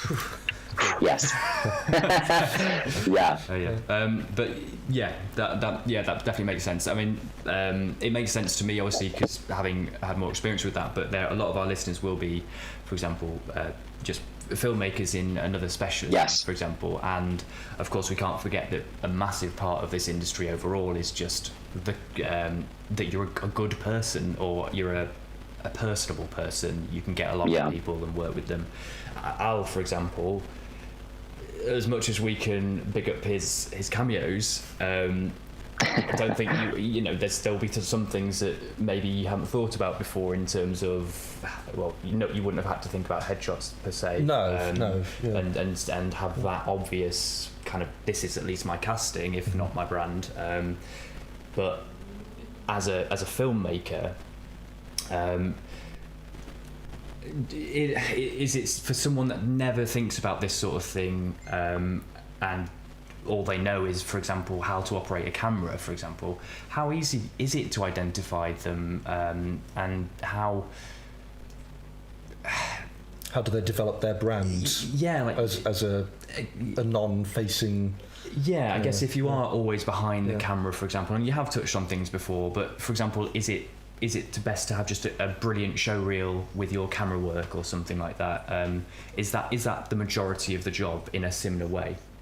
Yeah, I think it's just honing in on what is going to make you employable as a brand. What do you need to make yourself employable? Because really, the whole thing about having a brand and being present in that brand and understanding that brand is that you want to be employable. And like a cameraman wants to be employable, an actor wants to be employable, a director wants to be employable. So what are those things that make you employable, and what can you do to make yourself employable, which means that your brand is being enhanced in that sense. And really, I guess in general, like I said in the video earlier as well, is that branding is perception, is how you want to be perceived, and being perceived in the best light is obviously going to make you employable. So I think about, for everyone that's not an actor, think about what makes you employable and what do you need to do to enhance your brand to make you employable.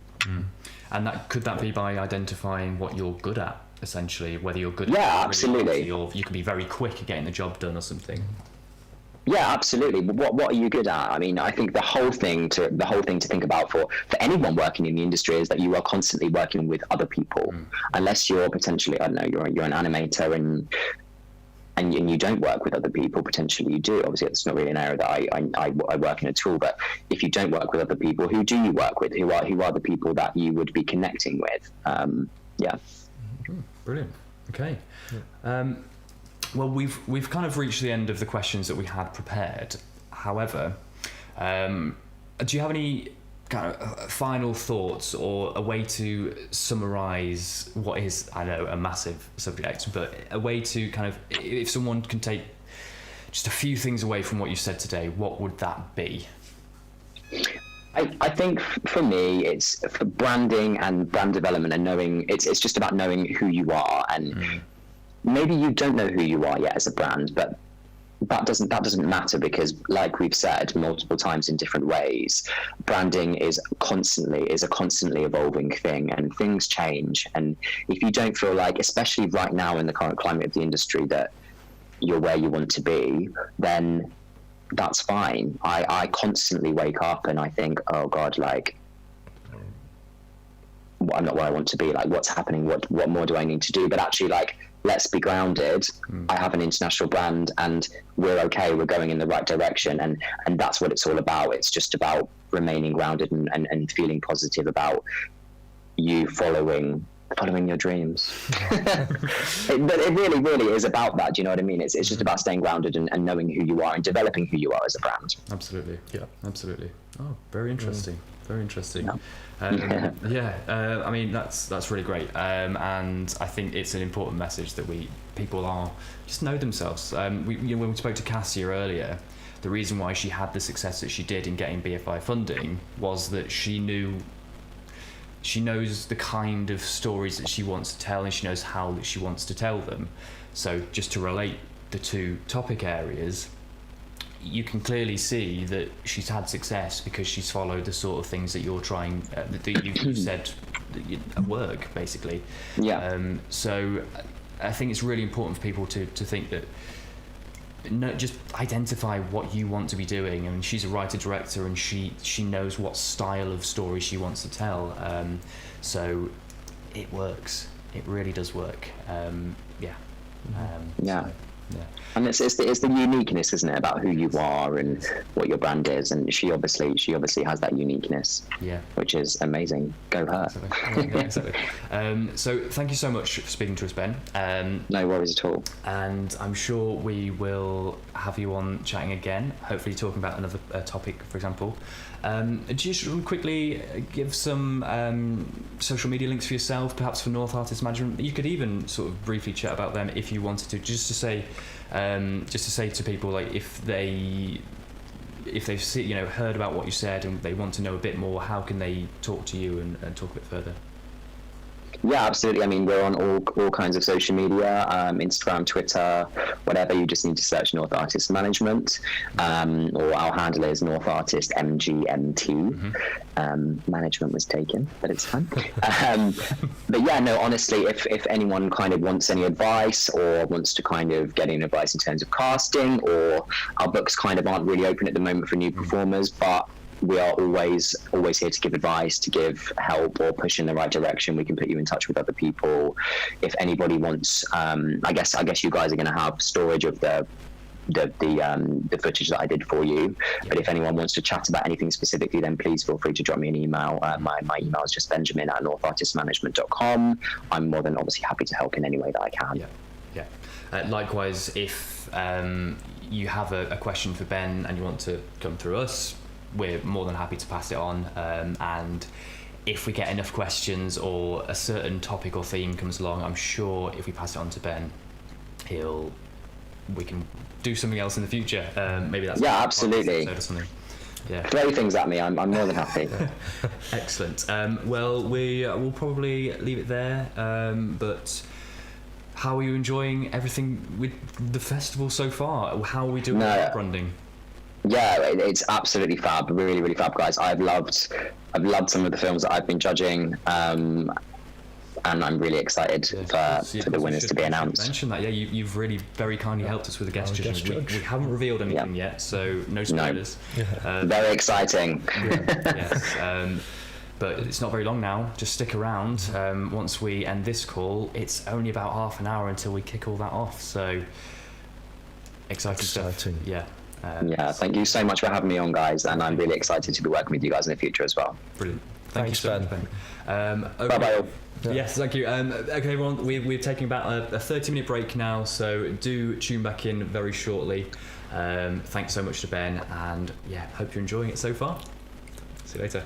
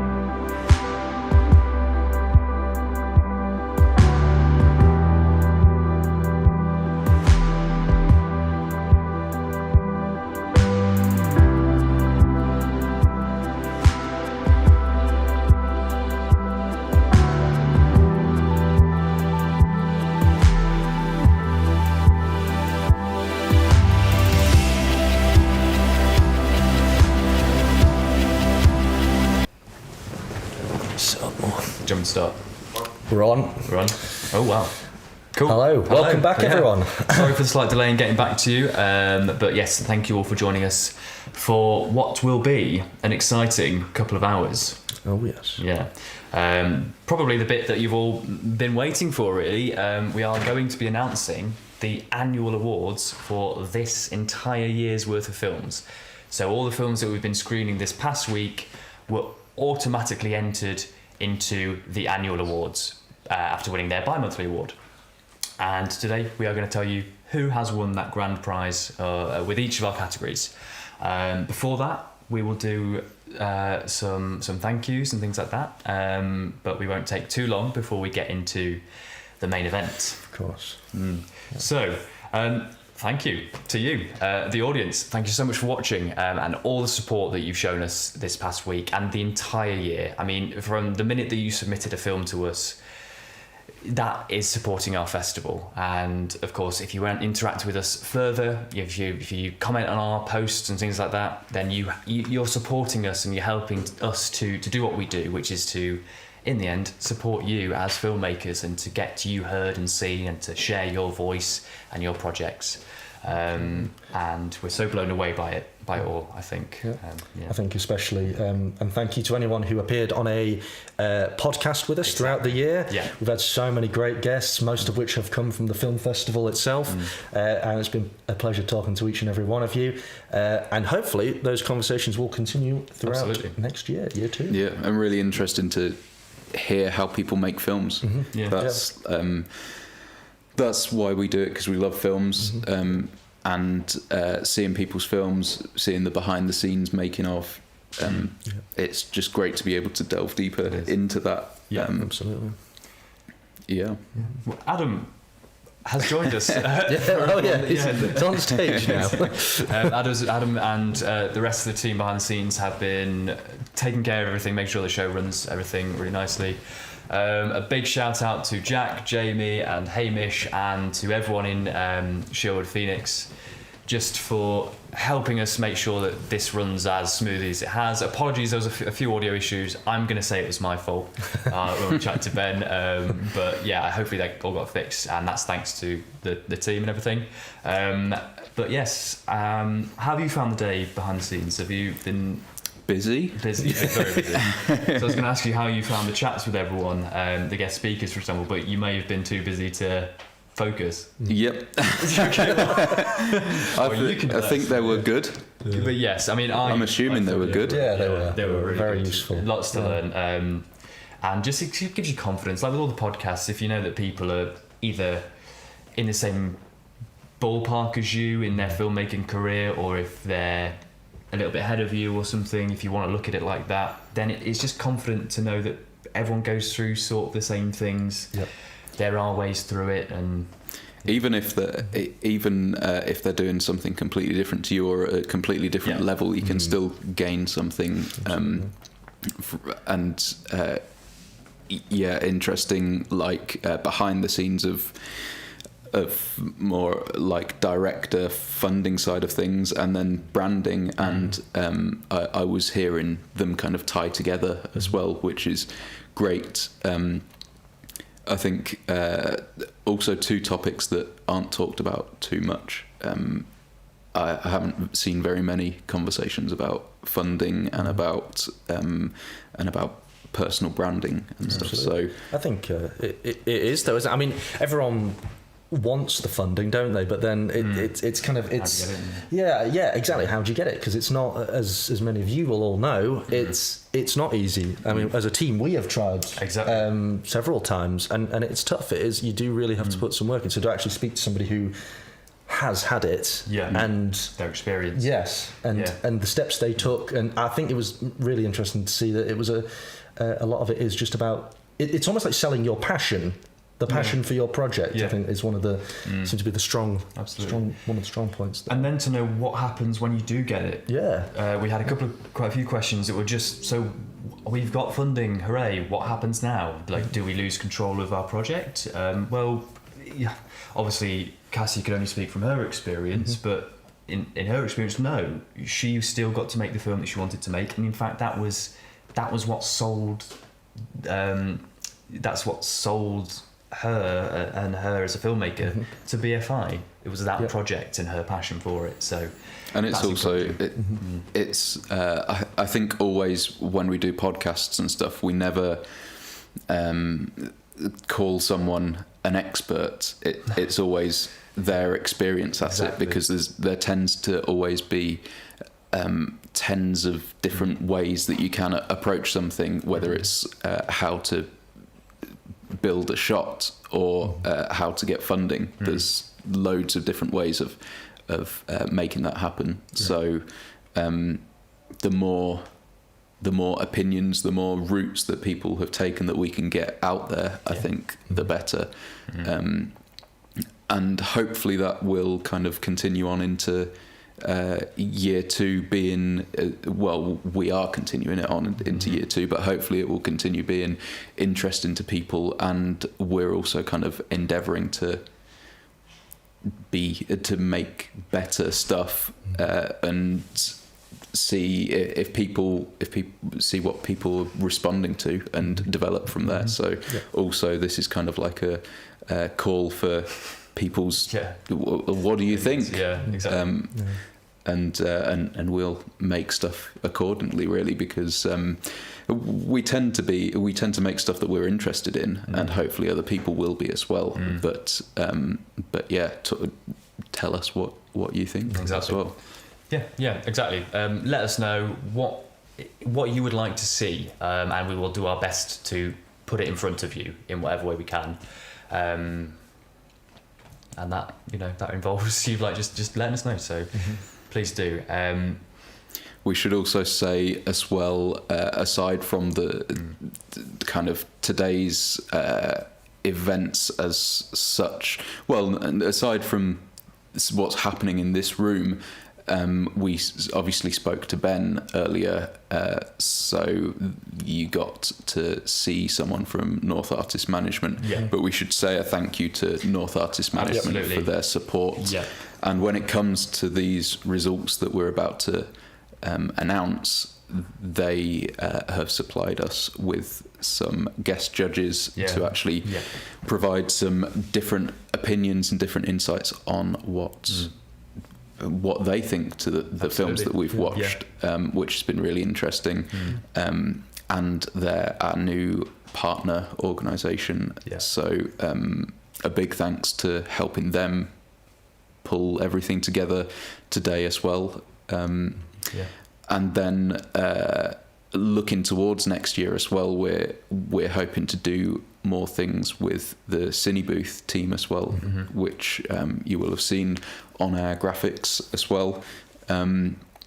So that's going to be interesting to see how that works out, how we can, and that is all about providing people with more insight into filmmaking and opportunities to share their projects, their films and things like that. So I mean, obviously they're based in London as well. True. So that gives us there's a link there that can be shared, and absolutely, and everyone benefits for sure. Andrew, do you want to talk a little bit about the space we're in, because you helped sort of organise this, and it is a beautiful spot. I mean, this is only a small part of it, but it's amazing. Yeah, I mean, this is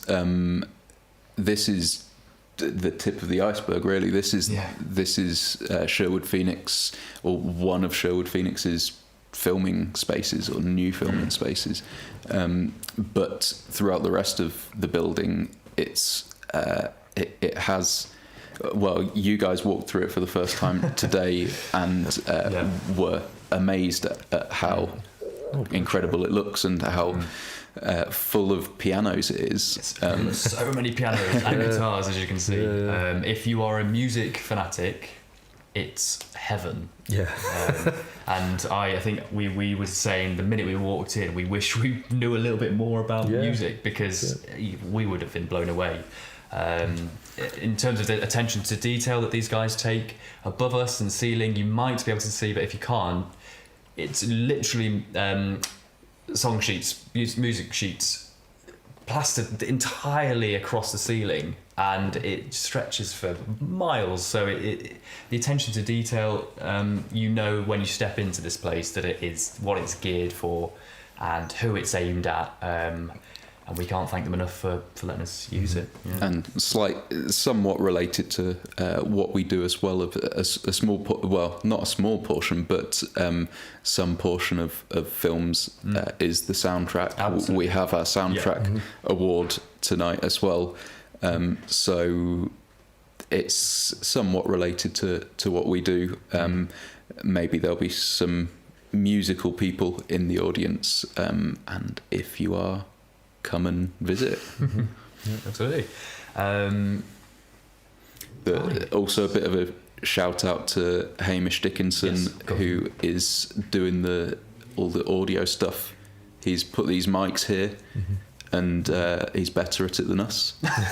So me and Hamish have worked on a lot of things together.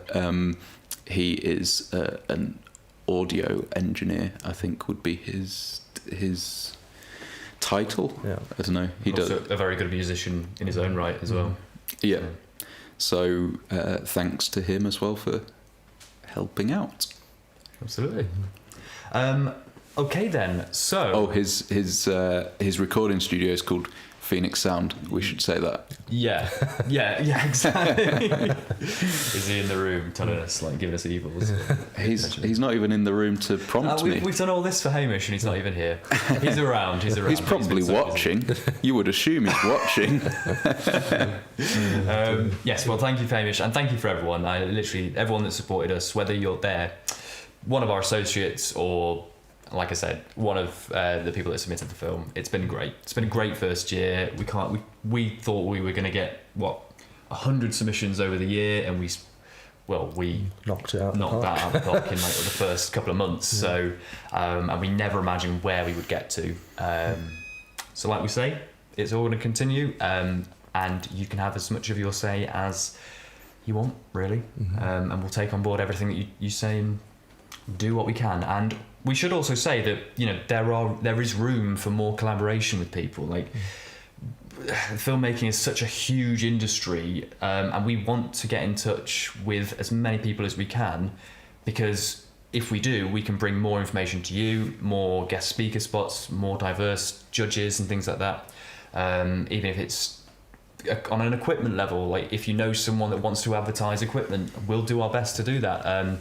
And let's just open that chat up. So if that's something that you are interested in, so you definitely get in touch with us, and we'll just see if it fits, and we can have a relationship. Just as a point to note, we've been reached out to, and we're more than happy to have more people reach out to us, like we're hopefully doing to you. So, is it time? Well, before that, we should actually start with something very close to our hearts, and that is the Audience Choice Awards for the East Midlands categories, which we've had a very good amount of response for this year. In a very short space of time. Absolutely. We couldn't believe how many people just resonated with the idea of what we were trying to do to support our local area where we grew up.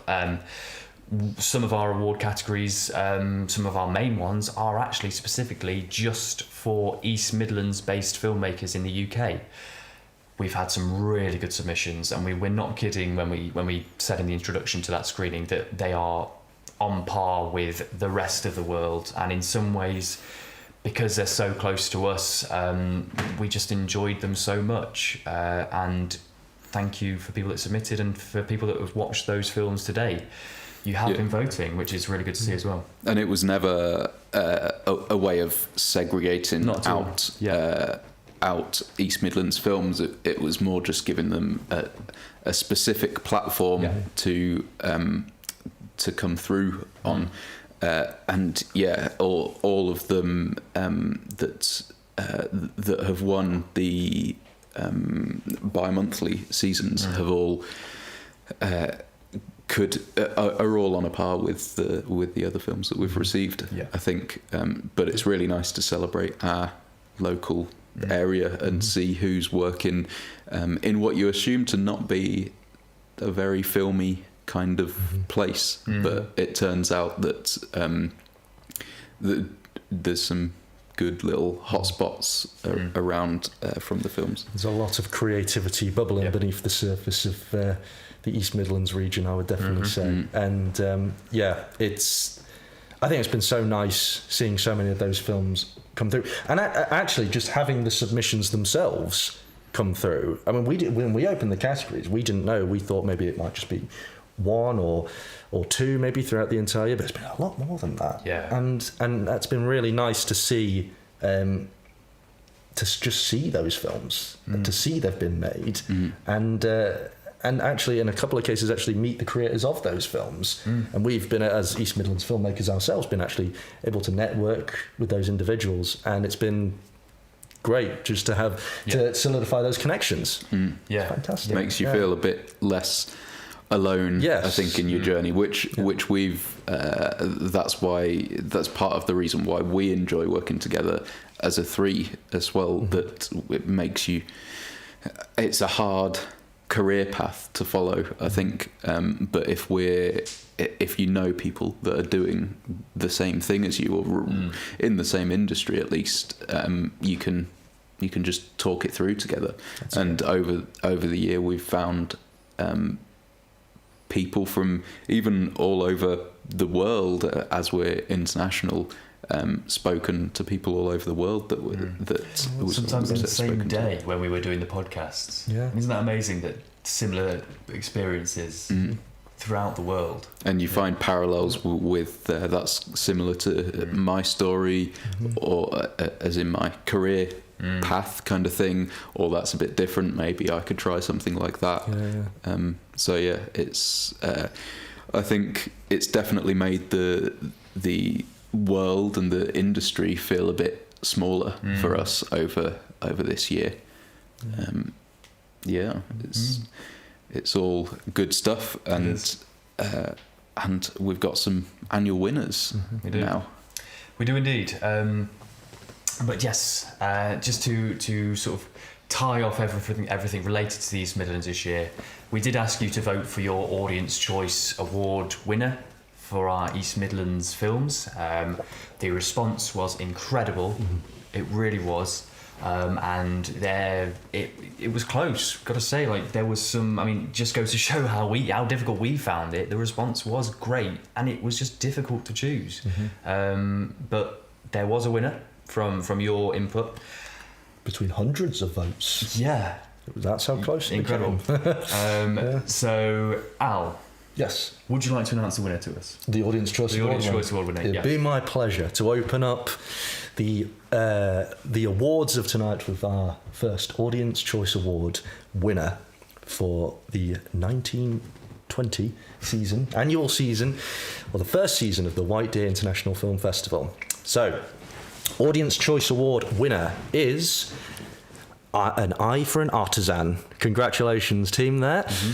You are the winner of the Audience Choice Award this year. Yeah. And obviously we've had Guy and his team on speaking to us about this particular film, so it's great to see that has resonated with people across the world. So well done to that team. Truly deserved it. Amazing. So really well done. We'll have a laurel prepared for you, and we'll have that sent straight to you, well, as soon as we can anyway, but well done. Right, so Mark, do you want to open up the first of the gold winners? Yes, it would be my pleasure. So we're going to go in order of the categories, and we're going to start with the best trailer.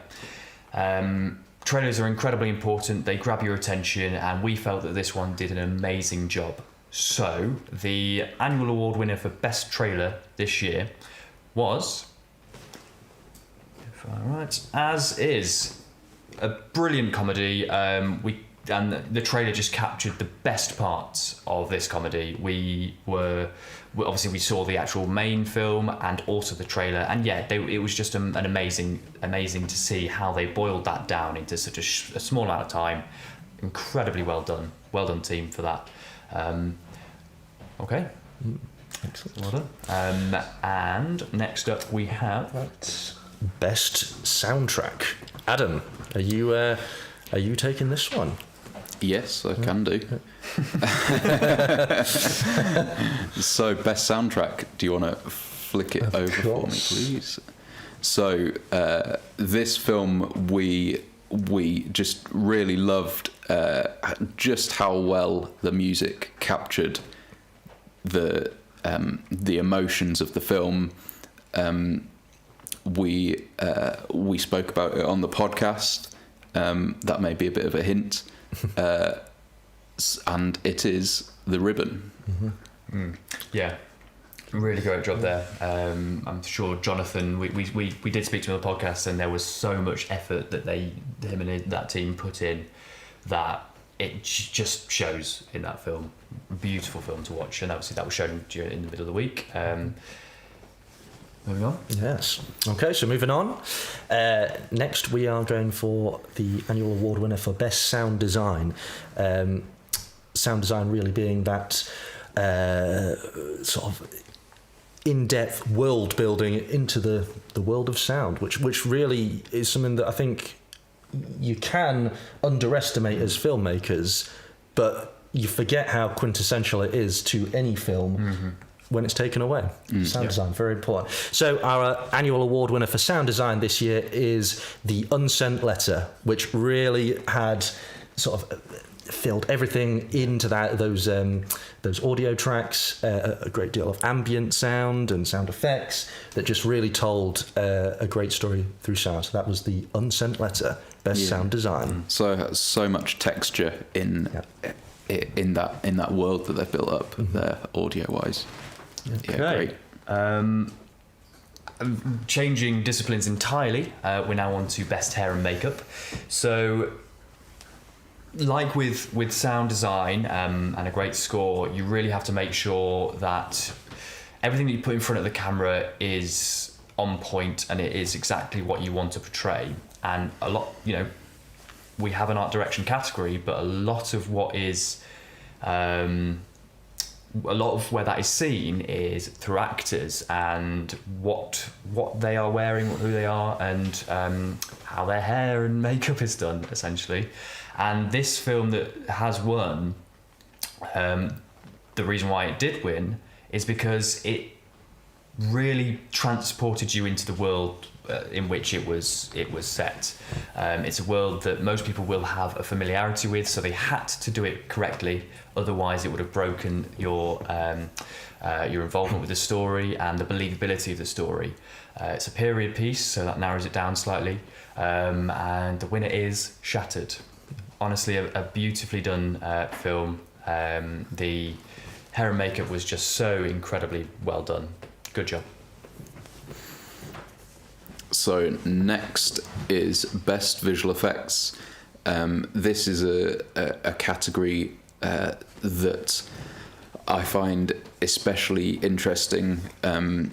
I've done some visual effects in the past, so can appreciate how hard it is to make really good visual effects, and often on a budget as well. And I think one that really impressed us, I'm not sure exactly how the budget was on this, but regardless of it, the quality was so high, I think, and so just fully integrated into the film. You didn't think that there's a big alien in the middle of the screen or something. It was not that it was an alien, but it wasn't sticking out. Kind of, it was so complimentary to the film itself. And the winner is Ghost in the Gun. It's Andrew Chen's film, I believe. Yeah. Who, in his own words, he said on the podcast that some advice that he was given was put the money in front of the camera because it really shows. You can have the best camera in the world, but if something doesn't look right on screen because it's not believable, no one cares. It's ruined it essentially. Really amazing. Really intricate stuff done with the visual effects as well, like eye stuff as well, and just really impressive film overall, but especially the visual effects. Absolutely. I think. Yeah, the visual effects really added to what every department did, and then just was like a cherry on the top. It was so beautifully done. Mm. Yeah. Okay, so next category we have best editing. It's a personal favourite category of mine, to be sure. So I think one of the real strengths of the chosen film that we have here is, I remember watching it. So it's a documentary, and generally speaking, some documentaries, if you're not invested in the subject matter, you can sort of lose track, and you kind of it's difficult to stay engaged throughout the entire piece. I remember watching this particular film and being captivated the entire way through, and I mean it was, you know, on the backdrop of a great kind of story it was trying to tell about firefighters in the Basque region of Spain. So what better story, you know?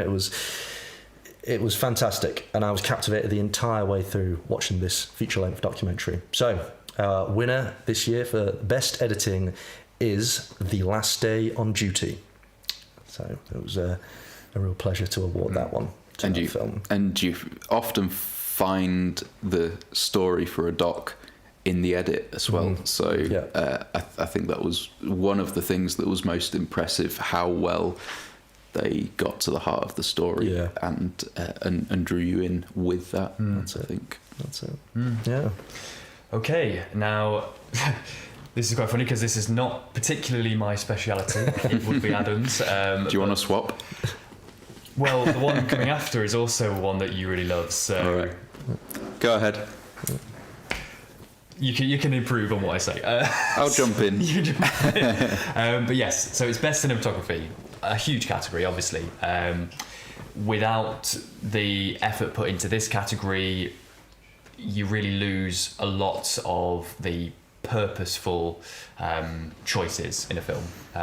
You also, like with everything, if the cinematography isn't quite with the right tone of what everything else is trying to achieve, you lose something. So it really is an essential part of any film. And there is one film that we all felt, and this has been agreed with by the guest judges, not in this particular category, but in just in general, as to how much effort was put in. And the reason why this film has won this category is simply because everything was so purposeful.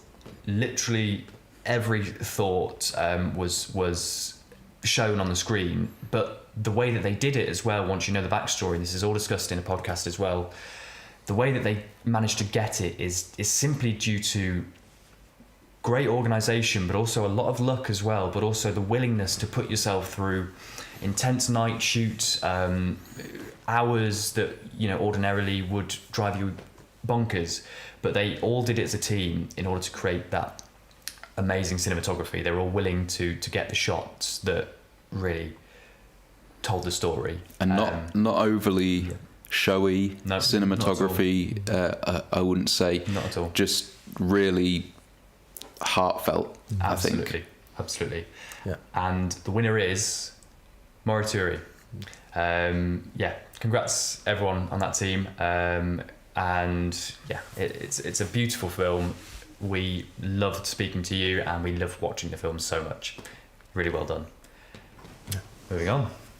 You're going to love this one, Adam. So another really beautiful film, and just this is for best art direction, and I think just as well, this is somewhat world building as well, in the physical sense of where you're actually filming in, what is the environment that these characters are sitting in, and what are they wearing, what styles are you having within the film to push the story of the film.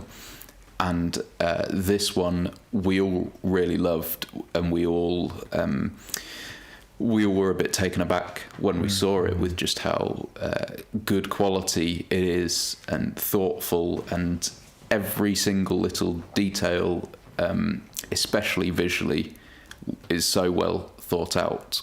And so the winner is The Bird Room. Or Le Chambre aux Oiseaux. We'll put it out there. My French has not been great in the past. You could say if Mark has done the correct pronunciation absolutely. But just in case anyone got confused with the poster on, obviously it's the English translation. It's The Bird Room. Yeah, really echo that. It's amazing and so unique as well. Not your typical short film, but it stood out beautifully. Very strong. And for a student film as well. Absolutely. I mean, fantastic production value. Location was great. Yeah. Fantastic one. Yes. Okay. Best writing. So another one close to my heart. So obviously, as we all know, without a writer, you don't have a script, you don't have a film. I mean, I know all the other It's the pieces. starting point, It really. is the starting point. It's the bedrock for any kind of film.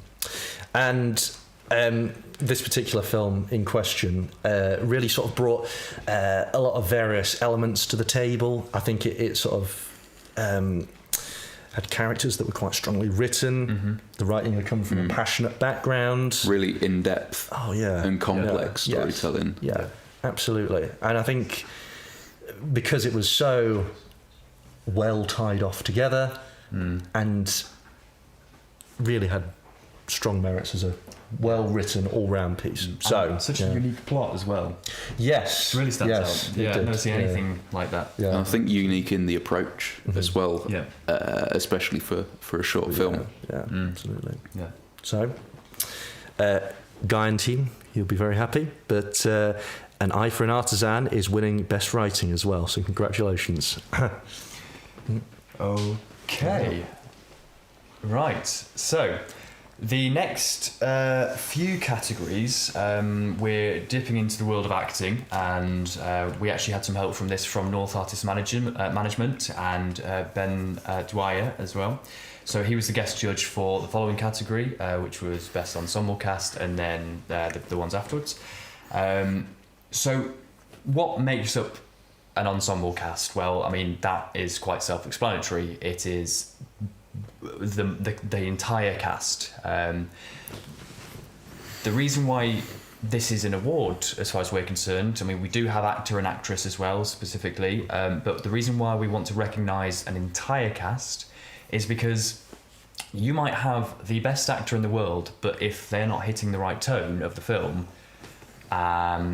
then something is missing. Trying to do that across the entire cast is a challenge. It is not easy. It takes a lot of casting thought processes and careful selection, and then obviously directing in order to get everything on the right lines. And this particular film really, really did an amazing job. It wowed Ben, the guest judge. The three principal characters, they stood out so well, but worked together so intricately as well that it was just a piece of art to watch them all do it, perfectly cast, and just used what was written on the page to their advantage. And the winner is Azra. So a really, really well done job there. Great job, guys. Everyone did amazing in that. So, Best Actress. So the second of our three acting related awards, and this one as well. We've spoken about this film quite a bit already tonight, but completely worth talking about more for the actress in it. And I think just captivating from start to finish, and just the emotion that she brought through. It was just sensational, I thought, and that is why our Best Actress winner is from the film Morituri, and it is Leonore Oberson. Yeah, incredible. Very good performance. And the topic that she had to work with, I don't know what her acting process is, but if she would have had to have gone to some serious depths of research and preparation in order to create the character that she did, and I think not easy. I think her and Leo, the director, as well, and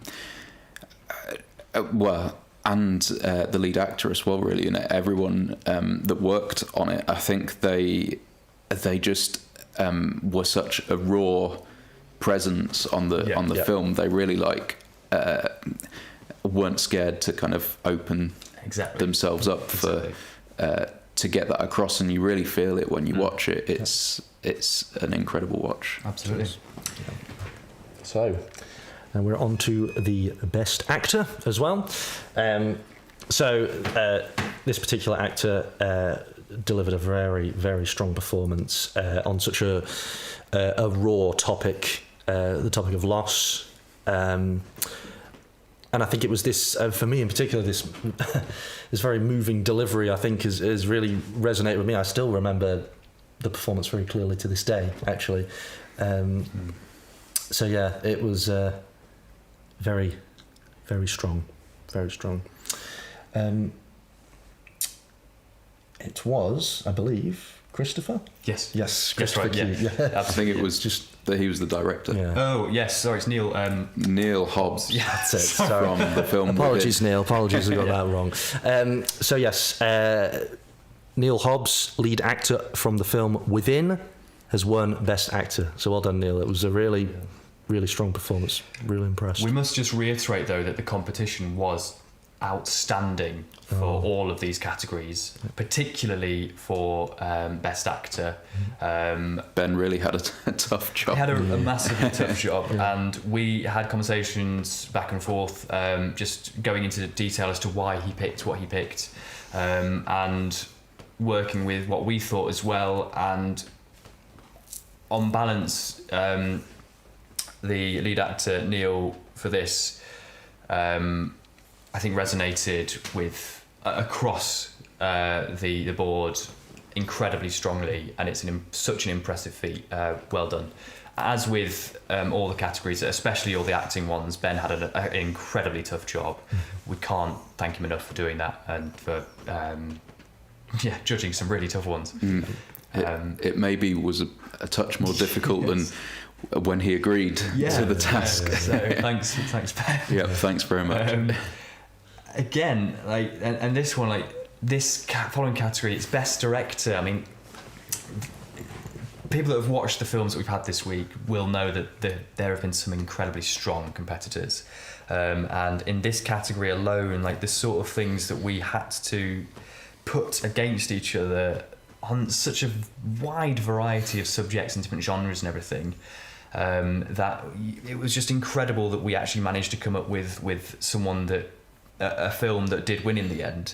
And the reason why this one won, and the reason why I'm tapping away, is because this particular film,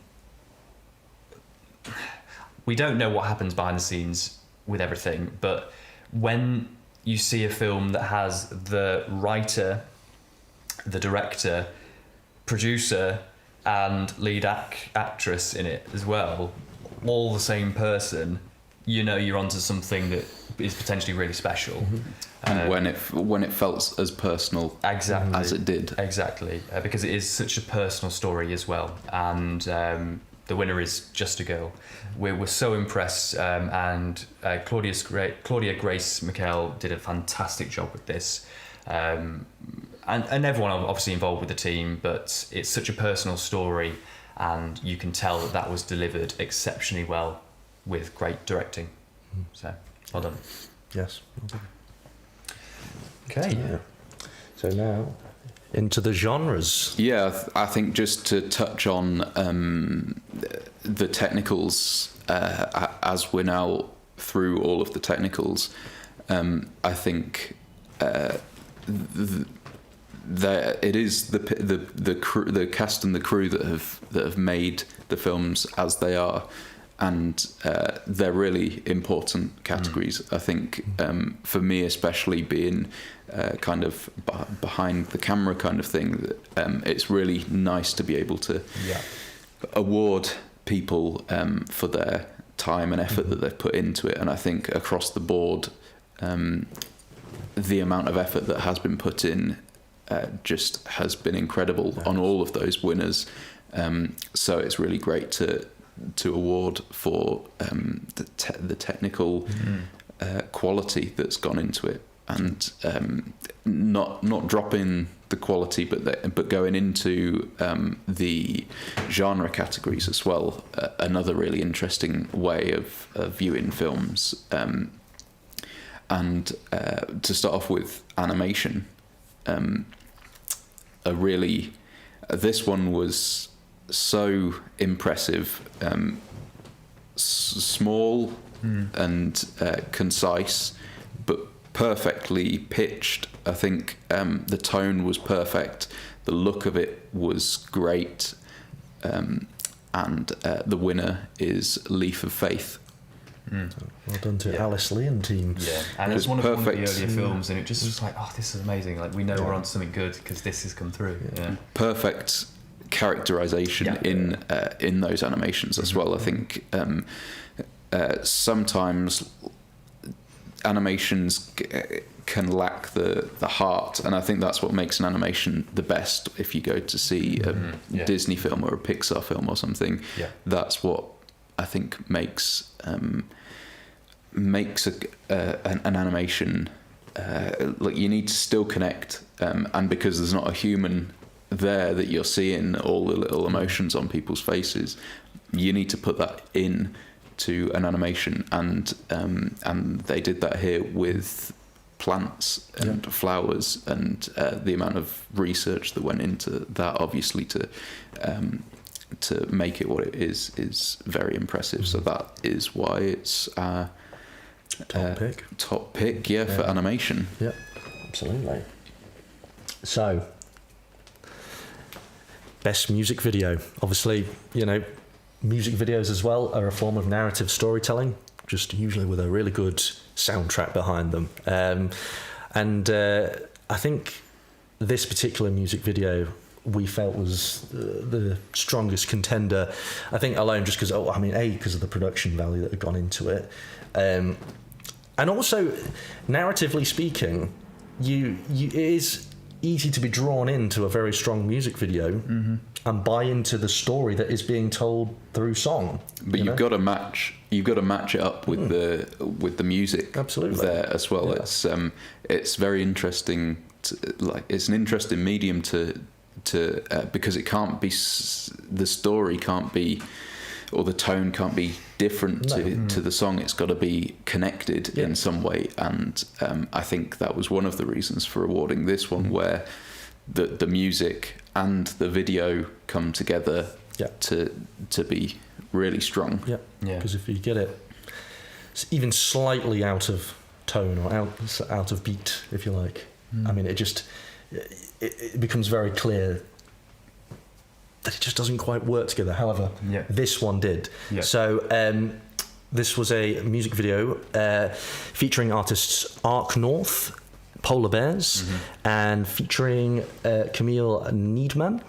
The song was Together Now. It was a real sort of great piece. Romeo and Juliet form of music video. Very powerful, told very effectively. Visually very nice. Visually nice.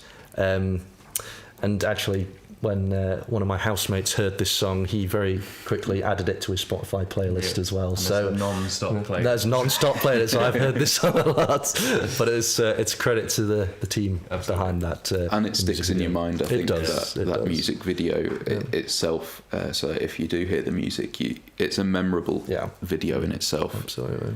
But yeah, very strong. So well done too. Yeah. Yes. Okay. So the next category, this category it's best experimental, which is a category that can encompass so many things, and it's a difficult thing to pinpoint exactly what that means, but I guess if you wanted to summarize it, it would be that the filmmakers wanted to try something that isn't a linear film, a linear narrative that, you know, like what you would see on Coronation Street or something on Netflix, for example. So they've done something different. And the amount of entries that we had for Best Experimental was very encouraging to know that in this day and age where everyone has access to some sort of form of filmmaking, that there are still people out there willing to try something different and to be inventive and to do something new. And it's really encouraging to see that those films are being made and they are trying to do something different with filmmaking. The variety of entries was immense as well, so really very hard to judge when there's such a vast. Exactly. I think the same with animation as well to some extent, because it isn't a precise. It can be so many different things. Exactly. Stop motion, like CG animation, and with this we had so many different. Sure. What constitutes an experimental film? So we had to really boil it down to work out what was our favourite. And I think it's very open to interpretation what different individuals do think are good. It's like, you know, what we you know, it is a very interpretive art when you're talking about experimental films. But this one, I think we all we all agreed how strong it was. And I think because it tells quite an understandable story, not something that you wouldn't find out of the ordinary per se, but the way that they do it is just so unique. Like, I've never seen anything like it. The use of different locations, the use of really clever abstract locations as well, just really inventive, and it really makes it stick in your mind a lot more. And the winner is Play. Did a fantastically inventive film that if you get the chance to see, do, because it just is so out of the box and unusual, but that is exactly why it stands out so much. So well done to that team. Of course, you say if you get a chance to watch. You will. That's a segue. Nice. We can talk about that at the end, but we'll talk about the end, yeah. But yeah, you can now watch these. You will be able to watch them. All tomorrow. We'll see. Yeah. Technology dependent. Yes. But now on to best romance. So this category. I don't think we were inundated with short films that were of a romance kind of nature. I think lots of stuff that maybe had a little thread of romance in amongst a drama or something like that. They'd feed into other genres, wouldn't they? But a kind of... and that's partly why we wanted to for this award what we did, because I think it really encapsulated what a romance is, and just there was so much quality and feelings that you developed for the character involved, and the winner of best romance is Cheeseburger. Yeah, I mean, is that odd to? That sounds odd to say that sentence. Yeah. But if you've watched it over the week, and if you catch it again on our Gold Winners screening, I'm sure you'll agree that the romance was especially strong. A modern romance story as well. Yes. A relatable one. Yep. Yeah, and social media. not necessarely guy meets girl kind of film in its conventional way. Yeah, absolutely. So on to best horror now. We all know this one. We're all big fans of this one. So this particular film, I think, really took horror back to its roots. That's kind of more suspense horror. You know, it was kind of real on the edge of your seat kind of feeling. It wasn't, it wasn't jump scares, it wasn't gore, it was just probably what I would define as good old-fashioned kind of horror. And I believe that is what, when we spoke to the director of this, is what he aimed to do with this particular film. So, and obviously it being set in a very different time frame as well, it was sort of, I think, just added to it. It really added to the production value of this film. Really unnerving. Yes. Yeah. So, Andreas, hope you're watching. So, best horror goes to Petra. So, very well deserved. I think we all felt Petra really stood out in the horror category. And yeah, it was just gripping, I think I would say. Yeah, fantastic piece. Yeah. So well done, Andreas and team. So yeah.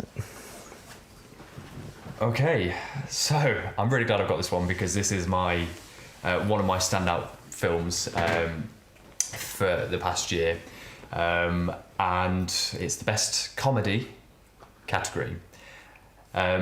Comedy, like with experimental, like with many things, is so subjective, but I think there are certain things that you can definitely look for in a comedy that stand out, or certain things that resonate amongst audiences, whether it be great comic timing, or whether it be clever editing, or just the writing being so sharp. You can absolutely look and technically see where the efforts have been made.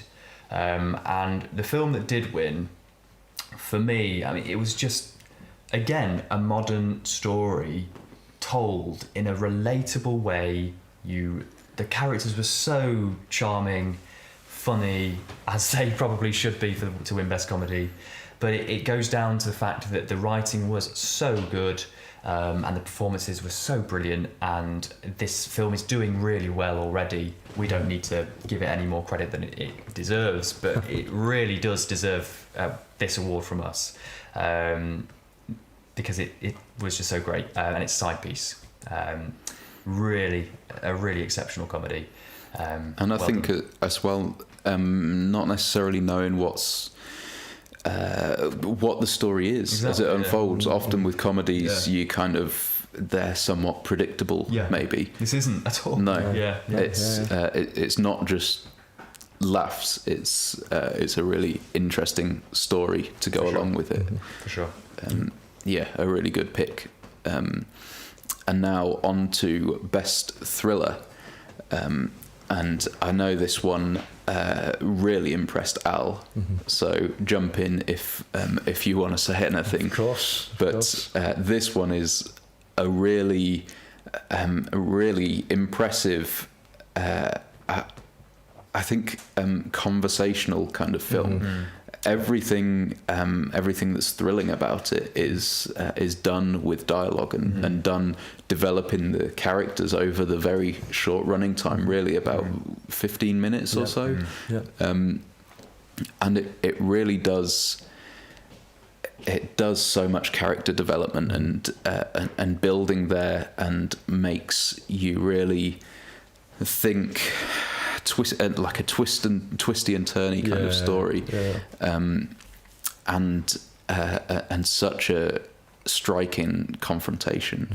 And the winner of Best Thriller is 50. Yeah, I mean, I loved this piece. I think it was so. Right, I'm going to refrain from using the word gripping, because I've said that too many times already. I want to sort of suspenseful. I think, to tell such a great thriller from one room as well. Dangerous room, because it was all windows. All windows, so you also had the reflection danger to watch out for as well. I think it takes a real special film team to be able to pull off something in that environment, both the strength of the writing, the character development, the actors themselves, and the cinematography, and create that real suspenseful environment. Keeps you fixated on your seat throughout the film, and 50 100% delivered on that. It was it was definitely one of my my favourites. I would recommend it to anyone. It's just, I mean, it's now when I'm saying it, but it could be for any of these films, that there's so many films here that that you would pay to go see it at a cinema, and you wouldn't be angry with that. They're such good quality that they belong beside any film that you'd go out to the cinema to see. And I think especially this one as well, with it being short as well, you could imagine it being a twisty turny kind of thriller that you go to the cinema to see. Really, there's nothing small about it, or really most of the films that we've had, unless the intention is to be small, but it just proves that you can do big. And this, the backbone of this was the writing. I think what made it so suspenseful. Gripping. It was Javier Dampier and team. So very good. Very good piece. Yes. So it's yours. It is. So on to best sci-fi now, and sci-fi, of course, being something that I think filmmakers walk a bit on a knife edge with, because if you get it even slightly wrong, it just falls into the realms of just a bit naff and not very believable, and it often takes budget to achieve stuff. We've seen some good stuff without budget, but it often with requires sci-fi. Because there's normally elements of that aren't conventionally acquired, that you kind of do have to go out and about to and really put a bit of money into to really get the true sci-fi experience. But this film in particular, I think really what sold it to me as the best sci-fi was just how much world building had gone on, and how much the film had sort of I mean, it was it's going to sound silly. It was obviously filmed on Earth, but it kind of doesn't look like it. It doesn't feel like it. It feels like a real alien concept, and it always makes you think where is there an environment like this? Exactly. And how did they find it? And there's often things like that you see, kind of the big budget cinema kind of sci-fis that maybe go to Iceland to film or something, somewhere that looks otherworldly. Has that just right blend of environments, which I mean we'd have struggled to find somewhere like in this particular film in the UK for sure. I think that's something we can be a bit disadvantaged with here. But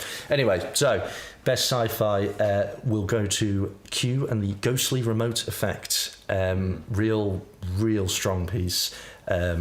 Love the world building, love the story that went alongside it, the sort of relationships that develop between human and AI. Fantastic, real great story and well deserved. Yes, and that is the English translation name. Just yes, of course. Yes, seeing the German. Great job. Right, moving on to best action. I mean, I think compared to a few other things, best action makes sense. Like an action film. Very similar to sci-fi, though. Sometimes it takes money to do certain things. And maybe less so in regards to locations and things like that. It's more the fact that the fight has to look real, and or whatever. Potentially is potentially dangerous as well. So then it means that you have to have stunt people and things like that. Absolutely. There's a lot of considerations to be made, I think. Insurance and things like that. You can't make an action film without having thought about it. People might think that it's just some popcorn flick. Sure, that might be what it's marketed as and what it comes across as, but you can bet that a good action film has done so much work in order to get it to be put in front of you. Work out exactly how to film it to really. There's big differences in how different directors capture, I think, action and different takes on action these days.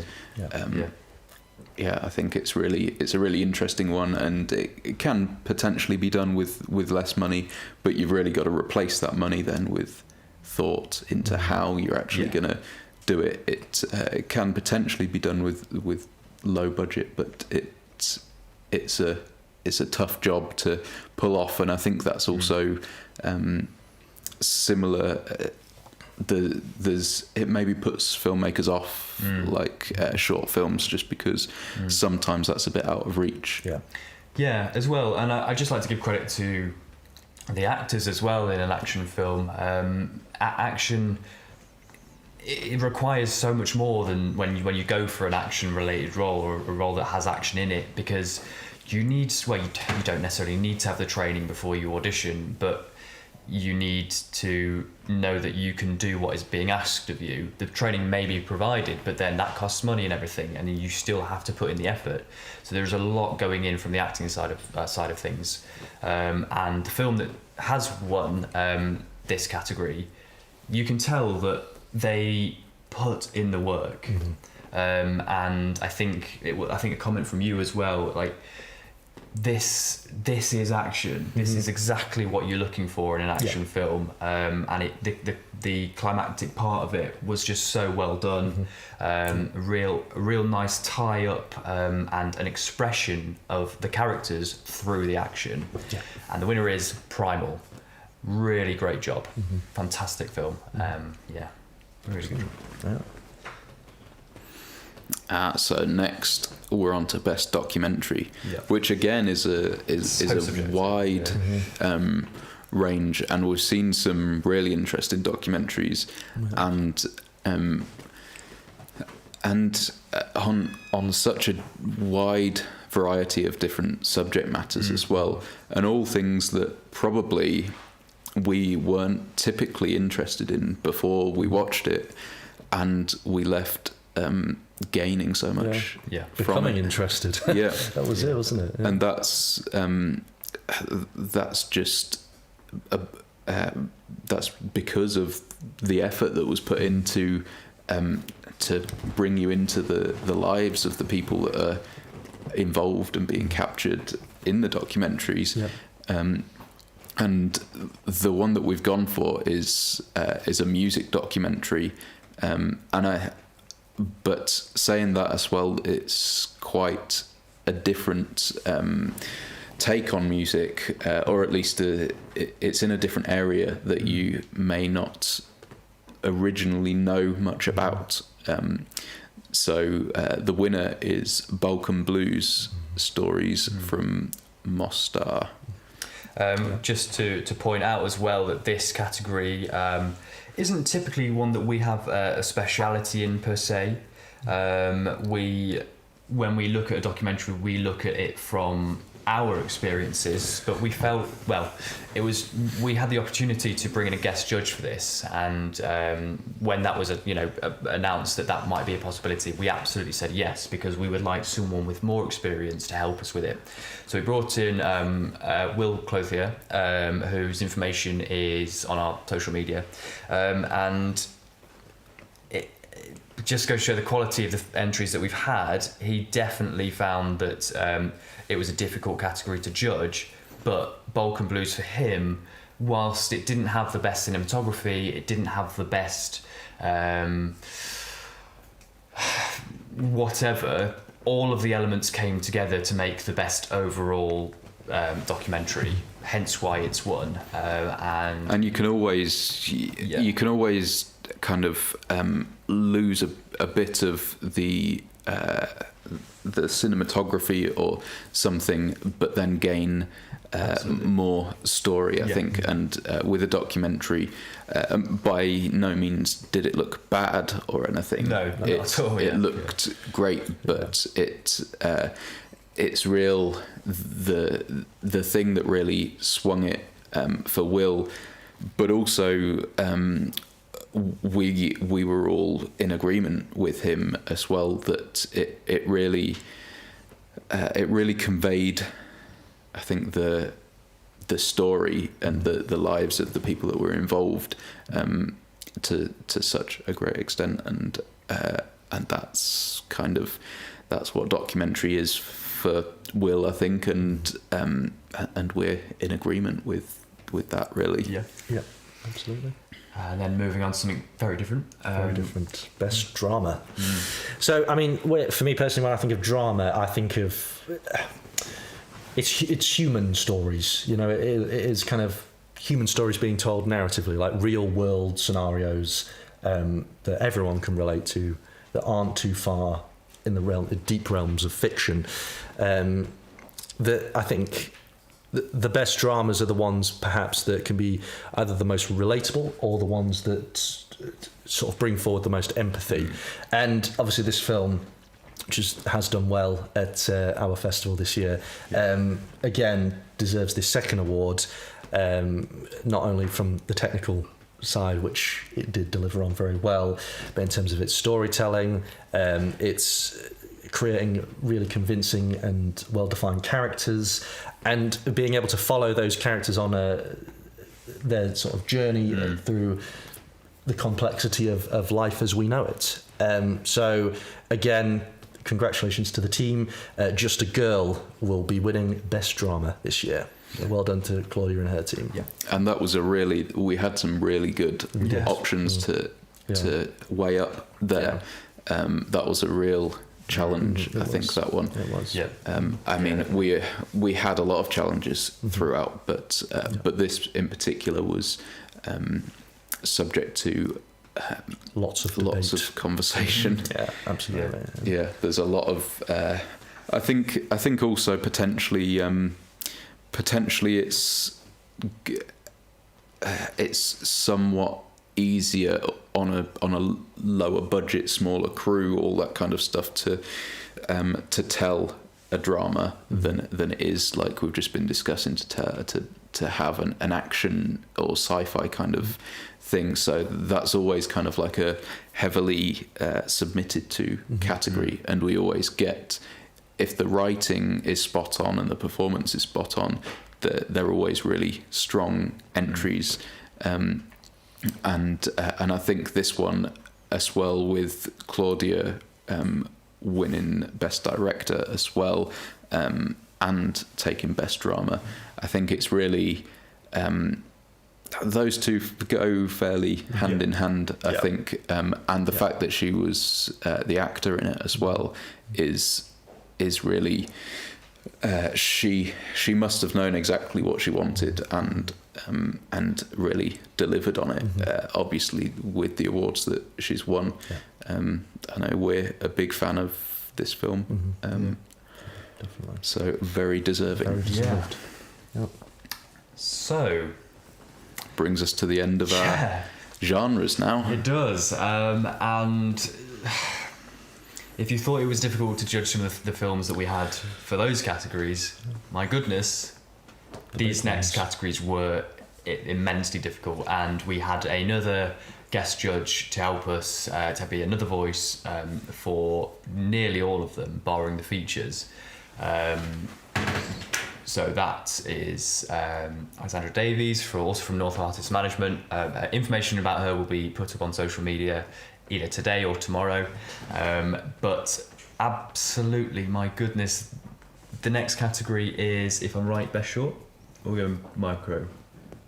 We may not have micro short on the graphic. No worries. Well, we'll go for Best Short first. We'll announce micro short in a second, but Best Short for us was just so difficult. Literally all of the films that were entered could have won. The one that did, though, it was so well liked by everyone that watched it, but also well respected as well, because it was not at all an easy subject to breach, the topic that they did discuss in the film. It could have gone so wrong, but it didn't, and it did absolutely. The topic discussed a lot of justice. And that's not to take away from the fact that it's just a good film anyway. The two go absolutely hand in hand. In order to do the topic the justice that it deserved, you had to have done the film making side of it really well. From the actors, from the direction, the cinematography, all of it just was so seamless. And the winner for Best Short is My Dad Marie. Well done, team. We can't say enough about it. We've spoken to the guys from this film, and the depth of conversation that we got into and talking about it and getting into things like actors' process, but also telling the story in a way that was so sensitive to the topic. And I remember hearing about the difficulty of it being like the hottest day of the year, but they had to get things done and things like that. It was just brilliant to really get into the depths of this film, and they deserve it so much. So well done, everyone involved with that team. Yeah. Absolutely. Yeah, that's great. Can you say any more about that? Oh, yep. We need a bit more time. Okay, so... Well, I mean, we spoke to Mai and the team, didn't we, on Absolutely. the podcast, and they were really kind of forthcoming with everything they'd done to be involved in the project there. So that was... Yeah, and one of the things that was interesting for me was... so the actor that played Marie in the film, Mark Bayliss, who some might remember from playing... I think it's Rob Donovan from Coronation Street. I think I've got the name right. But anyway, to summarise, not Coronation Street or EastEnders. Sorry, I've forgotten. But Coronation Street, I think. Coronation Street. Okay, but to summarise, a gruff, prone to violent character, very tough, a typical strong. I think quite villainous character as well. I don't watch it, as you can probably tell, but that's the kind of character that he played. And then to go and do what he did for My Dad Marie was to play someone undergoing a transition from male to female, man to woman, and just the range that showed, and that's not to take away at all from the other actors, but that's just what stood out to me when we spoke to him, was the fact that even though there was such a different character being put on show, what Mark did to bring that character to life was the same as he would do for any character. His process, he didn't necessarily change it. He might have done something different related to the topic matter, as I think most actors would do. They would do the different research, but they would still do that research. They would still talk to certain groups of people. But yeah, to see the range portrayed between roles is just incredible. So well done to everyone, especially Mark and Mai and everyone involved. Yeah. Fantastic. Is that interesting? Well, that was good timing. I was here all along, obviously. Yes. I mean, I think I cut to the wide shot, so I clearly wasn't. But we're gonna go back to best micro short now. Brilliant. So our best micro short winner was another really tough one. I think there was some really strong entries, and we were really impressed with just how well you can tell a story in 2, 3, 4 minutes often. And obviously our limit is up to 5 minutes, but 2 minutes was, I think, the shortest one, and such a strong contender. But in the end, as we weighed it all up, our winner was a film called Dear Hearing World, which stylistically I think was just so different and brought you into what the message of the film was, and so different to a lot of other things, and obviously it contained a big, meaningful statement that it was making, and it did so elegantly. I think it really is a great little film. It was a great micro short. There was like a rawness and a passion behind it as well. There wasn't there? You could tell the creators of that really felt, you know, everything, every word they were saying or signing, you know, it was, it was. And the words were so impactful, I think, and we just felt that one of the reasons why they were so impactful was, as a micro short, it all came together so perfectly, and that's the way that we kind of had to sum it down to in the end, because it was so tough. It just impressed us across the board, which on these main categories, that's the reason why they're so hard, because they have to impress on everything. But we had a lot of films that impressed on everything. So it makes it tough, doesn't it? A big headache for deciding what films are worthy of these annual awards when we have so many good ones. So a very deserving micro short. Absolutely. So now, I know if we're following the traditional order, we would now turn to me. However, I feel for this one, Mark, I'd like to hand this one to you, because I think this... okay, sure. And I'll jump on East Midlands. Sounds good. So, yes. So the next category is Best Feature, and how to...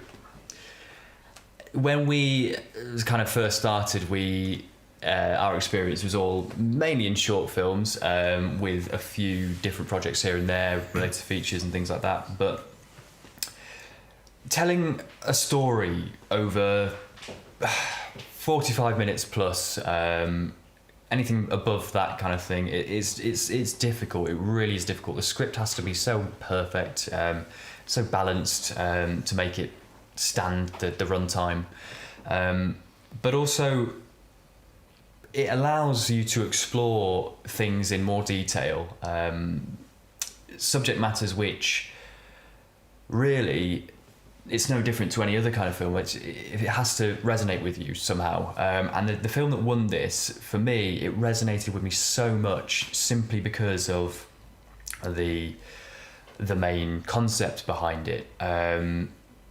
It's difficult to say anything without giving it away, but just the sheer professional quality of this film, the originality of it, the freshness. I can't honestly remember a film that I've seen recently which is just so balanced across everything. Perfect casting, perfectly written, liked by everyone that we've shown it to, very much so, and means so much to me because of like personal reasons as well. Not that I had anything to do with the film, not saying that at all, but the concept behind it is similar to what I kind of grew up with. Connected. Exactly, it's the best word, and actually very characterful as well, based on where it's set. It brought up those different topics and subject matters as well. I think a good tester is me and Al not having that same connection as you, but we still got so I think you should do the honours. Well, the winner for the best feature this year is Ups and Downs. Really exceptional film. I can't say enough about it. I could go on and on, but I won't too much. But yeah, really well done. Really well done to the entire team, especially Owen. Very good stuff. So yes, do you guys mind if I take the last two? Go ahead. All right. So they always say, I think with everything, you should never forget where you come from. And obviously the roots are deep in the East Midlands for all three of us, and it's nice to be able to give out these awards when these regions hold a close, special place in all of our hearts, I think. So yes, I think I'm very excited to announce some of these winners. So, what should we start with? Micro short? Go for. So, the Best East Midlands Micro Short this year. This film, I think, was popular with all three of us. I mean, mainly because it was released at such a topical time, due to the infamous COVID-19 that we hear a lot about these days. And I think because it was so because of the time and because of how bleak things had seemed during lockdown and everything that had been going on during that time, it was kind of nice to take a much more light-hearted approach to the whole experience, which this film did very well. A very funny and sort of personally funny take on social distancing and lockdown. But also something that I can see standing the test of time, because this sort of thing could absolutely happen anytime. Yeah, which is, it's funny. It's one of those things, isn't it? So basically, the winner of Best East Midlands Micro Short this year will go to Delivery. So well done to the team there, very well deserved. And particularly Katie Burchett, who played the two roles in both characters. Exactly. So brilliant job. Yeah, she did great. So, and then secondly on to our Best East Midlands Short Film. So we had a great selection of films there that we could choose from. Obviously, you've all been voting in the Audience Choice Award for that, so thank you for those votes still. But this was not an easy decision for us either. This was a very close competition between a lot of great films that have been submitted to us from around our local counties. The chosen film, I think, really, it's just, I want to use the right word to describe it. I'm floating around the idea of perfection. It keeps springing to my mind. I don't know if that's too vast, but it was so entertaining. I loved it from start to finish, and for a relatively simple concept and something that did bring a lot of different genres together, wrapped in this kind of sort of dark comedy sort of element. I think it was fantastic. It was really good, really well done, very professional, and a great performance from the lead actor in this particular film. So, without further ado, our Best East Midlands Short Award this year will be going to Dead Air. So, well done to the team there. Fantastic film, and hope to see more from them. So, It's very, very funny. In a way, a strange kind of film. But very, very well done. Very interesting story. Very, I think a really perfect take on a unique subject matter as well. I wonder if it's kind of like when I wonder why this film resonated with us so well. Is it sums up. I mean, not the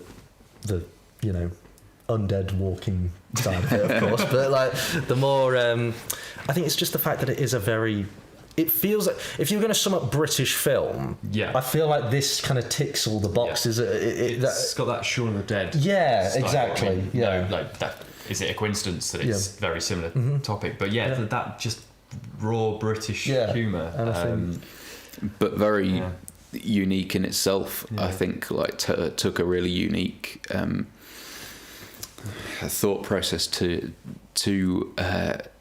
someone just turning up and doing their show in the middle of the night on the radio. That's and being kind of isolated and separate from the world as well. Like the characterization in what was largely a solo acted kind of film as well. It was very well done. Very good. And well, that is it, everyone. That is your awards for the year. So it's pretty good, wasn't it, too? Just looking back, there's so many good films there. And as we've partially alluded to as well, we will be screening for a whole day all of these films. We are currently because the judging we wanted to get it right, and we wanted to get everyone's opinions in properly. We needed to make it right and pick the right ones. because of that fact, and then eventually how big the file has turned out. We're at the mercy of technology and upload speeds. As to when we actually do that. We're hoping to screen them tomorrow, so that they're fresh. The winners are fresh in everyone's minds. But yeah, all of these winning films they're going to make for a really good bunch of films to see, and you may need to dip in and out because of just how many there are of them. It's vast. And how long they go for. Maybe you've seen certain ones throughout the week, and maybe that means that you agree with with the conclusions that we've come to, but they will be available to watch, for you to make your perfect for a lazy Sunday afternoon. Assuming all goes as planned. Of course. If anything does change, and even if it goes as we want it to, all the information will be put on social media for you to stay up to date with, as will anything major related to the festival. All of the winners will be put on in a graphic format, so you can see it visually. And just the same as throughout all of the bi-monthly seasons, graphics, everyone will be contacted with their laurels in the coming days.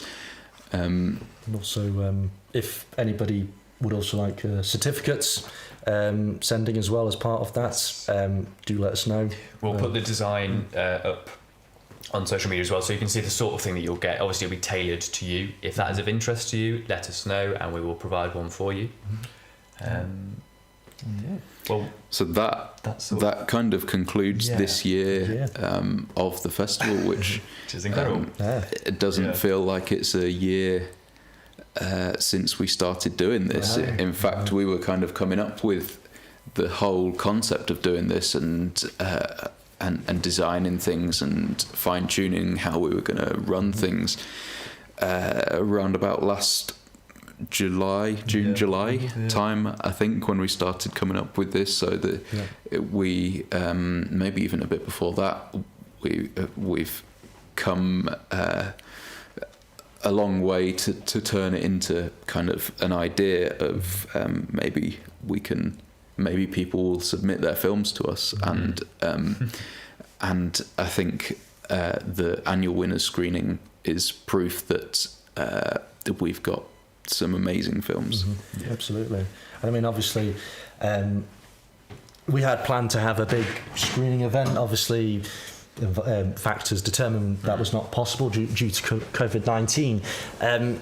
And it would have been great to meet all of you in person. I think our original vision had been this grand sort of screening event that we could have had a massive audience there, and we could have all networked with each and every one of you and built that network. What's the sorry? A big screen. A big screen, exactly. A big cinema screen. You know, we had all these grand plans. However, I think the strength of being able to do it this way has been that we've been able to show more films with all of you and really show all the talent that has been submitted to us, and for us to then reshare that with all of you, I think has been great. I think we've also learned a lot about how we want our festival to be, and also how getting feedback from other people, how other people want the festival to be as well, and that is a subject that we will be discussing we have started discussing and will be discussing over the coming weeks, to exactly how we make the festival even better into year two. But yeah, as Al was saying, at the forefront of what we want from the festival is networking and getting filmmakers communicating with each other, which is also what a lot of people were wanting and were looking forward to, obviously, from the physical event. Hopefully, you might have seen other filmmakers in the chat today and throughout the rest of the week, and be able to talk there and communicate and do somewhat of that kind of like physical networking that we were intending to do. But that's definitely going to be a major part going forwards. But we're just really excited to see. It's always exciting opening up the submissions at the start of kind of each of the bi-monthly seasons from last year, and just seeing, but not knowing what we're going to get, and finding some real gems. And it's a really kind of, it's been a time looking back through all of what we've had submitted, thinking exactly when these came in over the year, and seeing just how just the sheer quantity of quality films that we've had, and that's something that we want to thank you for. Obviously, you have all made these films and submitted to us, and really it's been our pleasure to award these awards today. Yep. Yeah. And just thank you for bearing with us whilst we decided what we were going to do based on the COVID-19.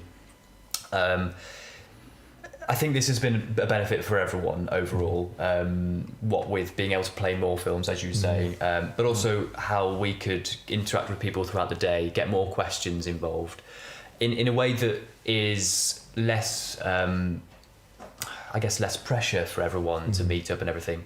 We will have networking events live in person when we can. That is always the goal. We always want to have to do that, to echo what Adam was saying. And would all obviously love to have the people, even from this year, the kind of the friends that we've made, and the friends that we've kind of yet to have made from the winners of the bi-monthly seasons and this annual awards ceremony as well. We want to kind of have a chat with everyone, and we've done that as much as we can on the podcast, and more to come obviously, but when we can, we will.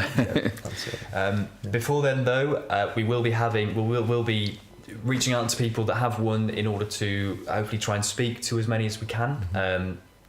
It has worked really well in the past, just to go into depth about people's films and their filmmaking decisions, and we've got some great listeners of the podcast that really resonate with it, and they find it so useful. So if you don't know about it, go check it out, the White Deer and Filmmaking Podcast. It's really difficult to say that when you've got things that say International Film Festival right there. So go check it out. It's on like Anchor, Apple, Spotify, YouTube, even everywhere. All basically. of the podcast places. Yes. So that's sort of it. Yeah. And then we have to sadly pause for the time being, don't we? Yes. Till year 2. Yes. But rest assured that the time that we take in order to make those decisions will be to, like with any film, to make it the best it can be, to plan as best that we can plan, and to come back strong with the best product that we can have for you. So we will be back. We will. So we've had a few nice comments come through on the live chat as well. Andreas has been watching, nice. and he says a big thank you for his award, which is nice to see. Our friend Craig, I believe at the time when we were talking about the soundtrack of films, he said the most important part of films, which him being musically minded, absolutely, it's very true, Craig. But we do agree, it's a very important thing. We've also had just received a comment come through from Luce Wakefield saying cracking festival guys. So that's nice to see, and a nice thing to end on, I guess. Absolutely. A bit of a positive feedback. Yes, that's what we need.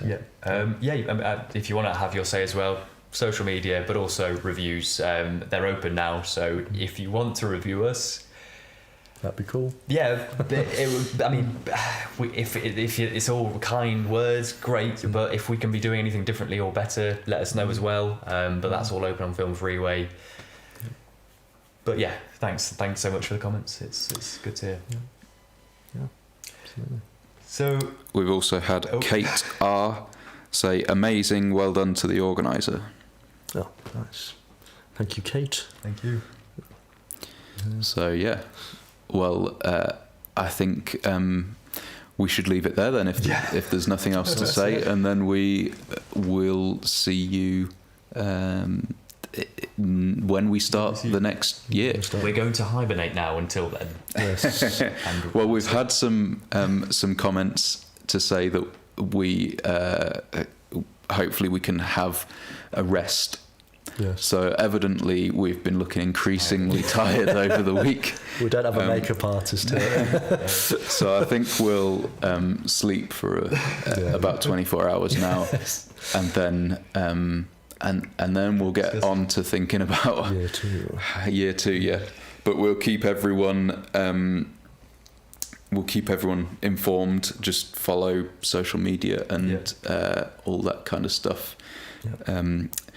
Liam Scott has commented saying, "Well done, lads. Look forward to meeting you all someday." Yeah. So we definitely will. Yeah, that's all to look forward to when we can get out and physically meet people. But that is our intention at some point in the future. So we'll see when that is. But tune into social media.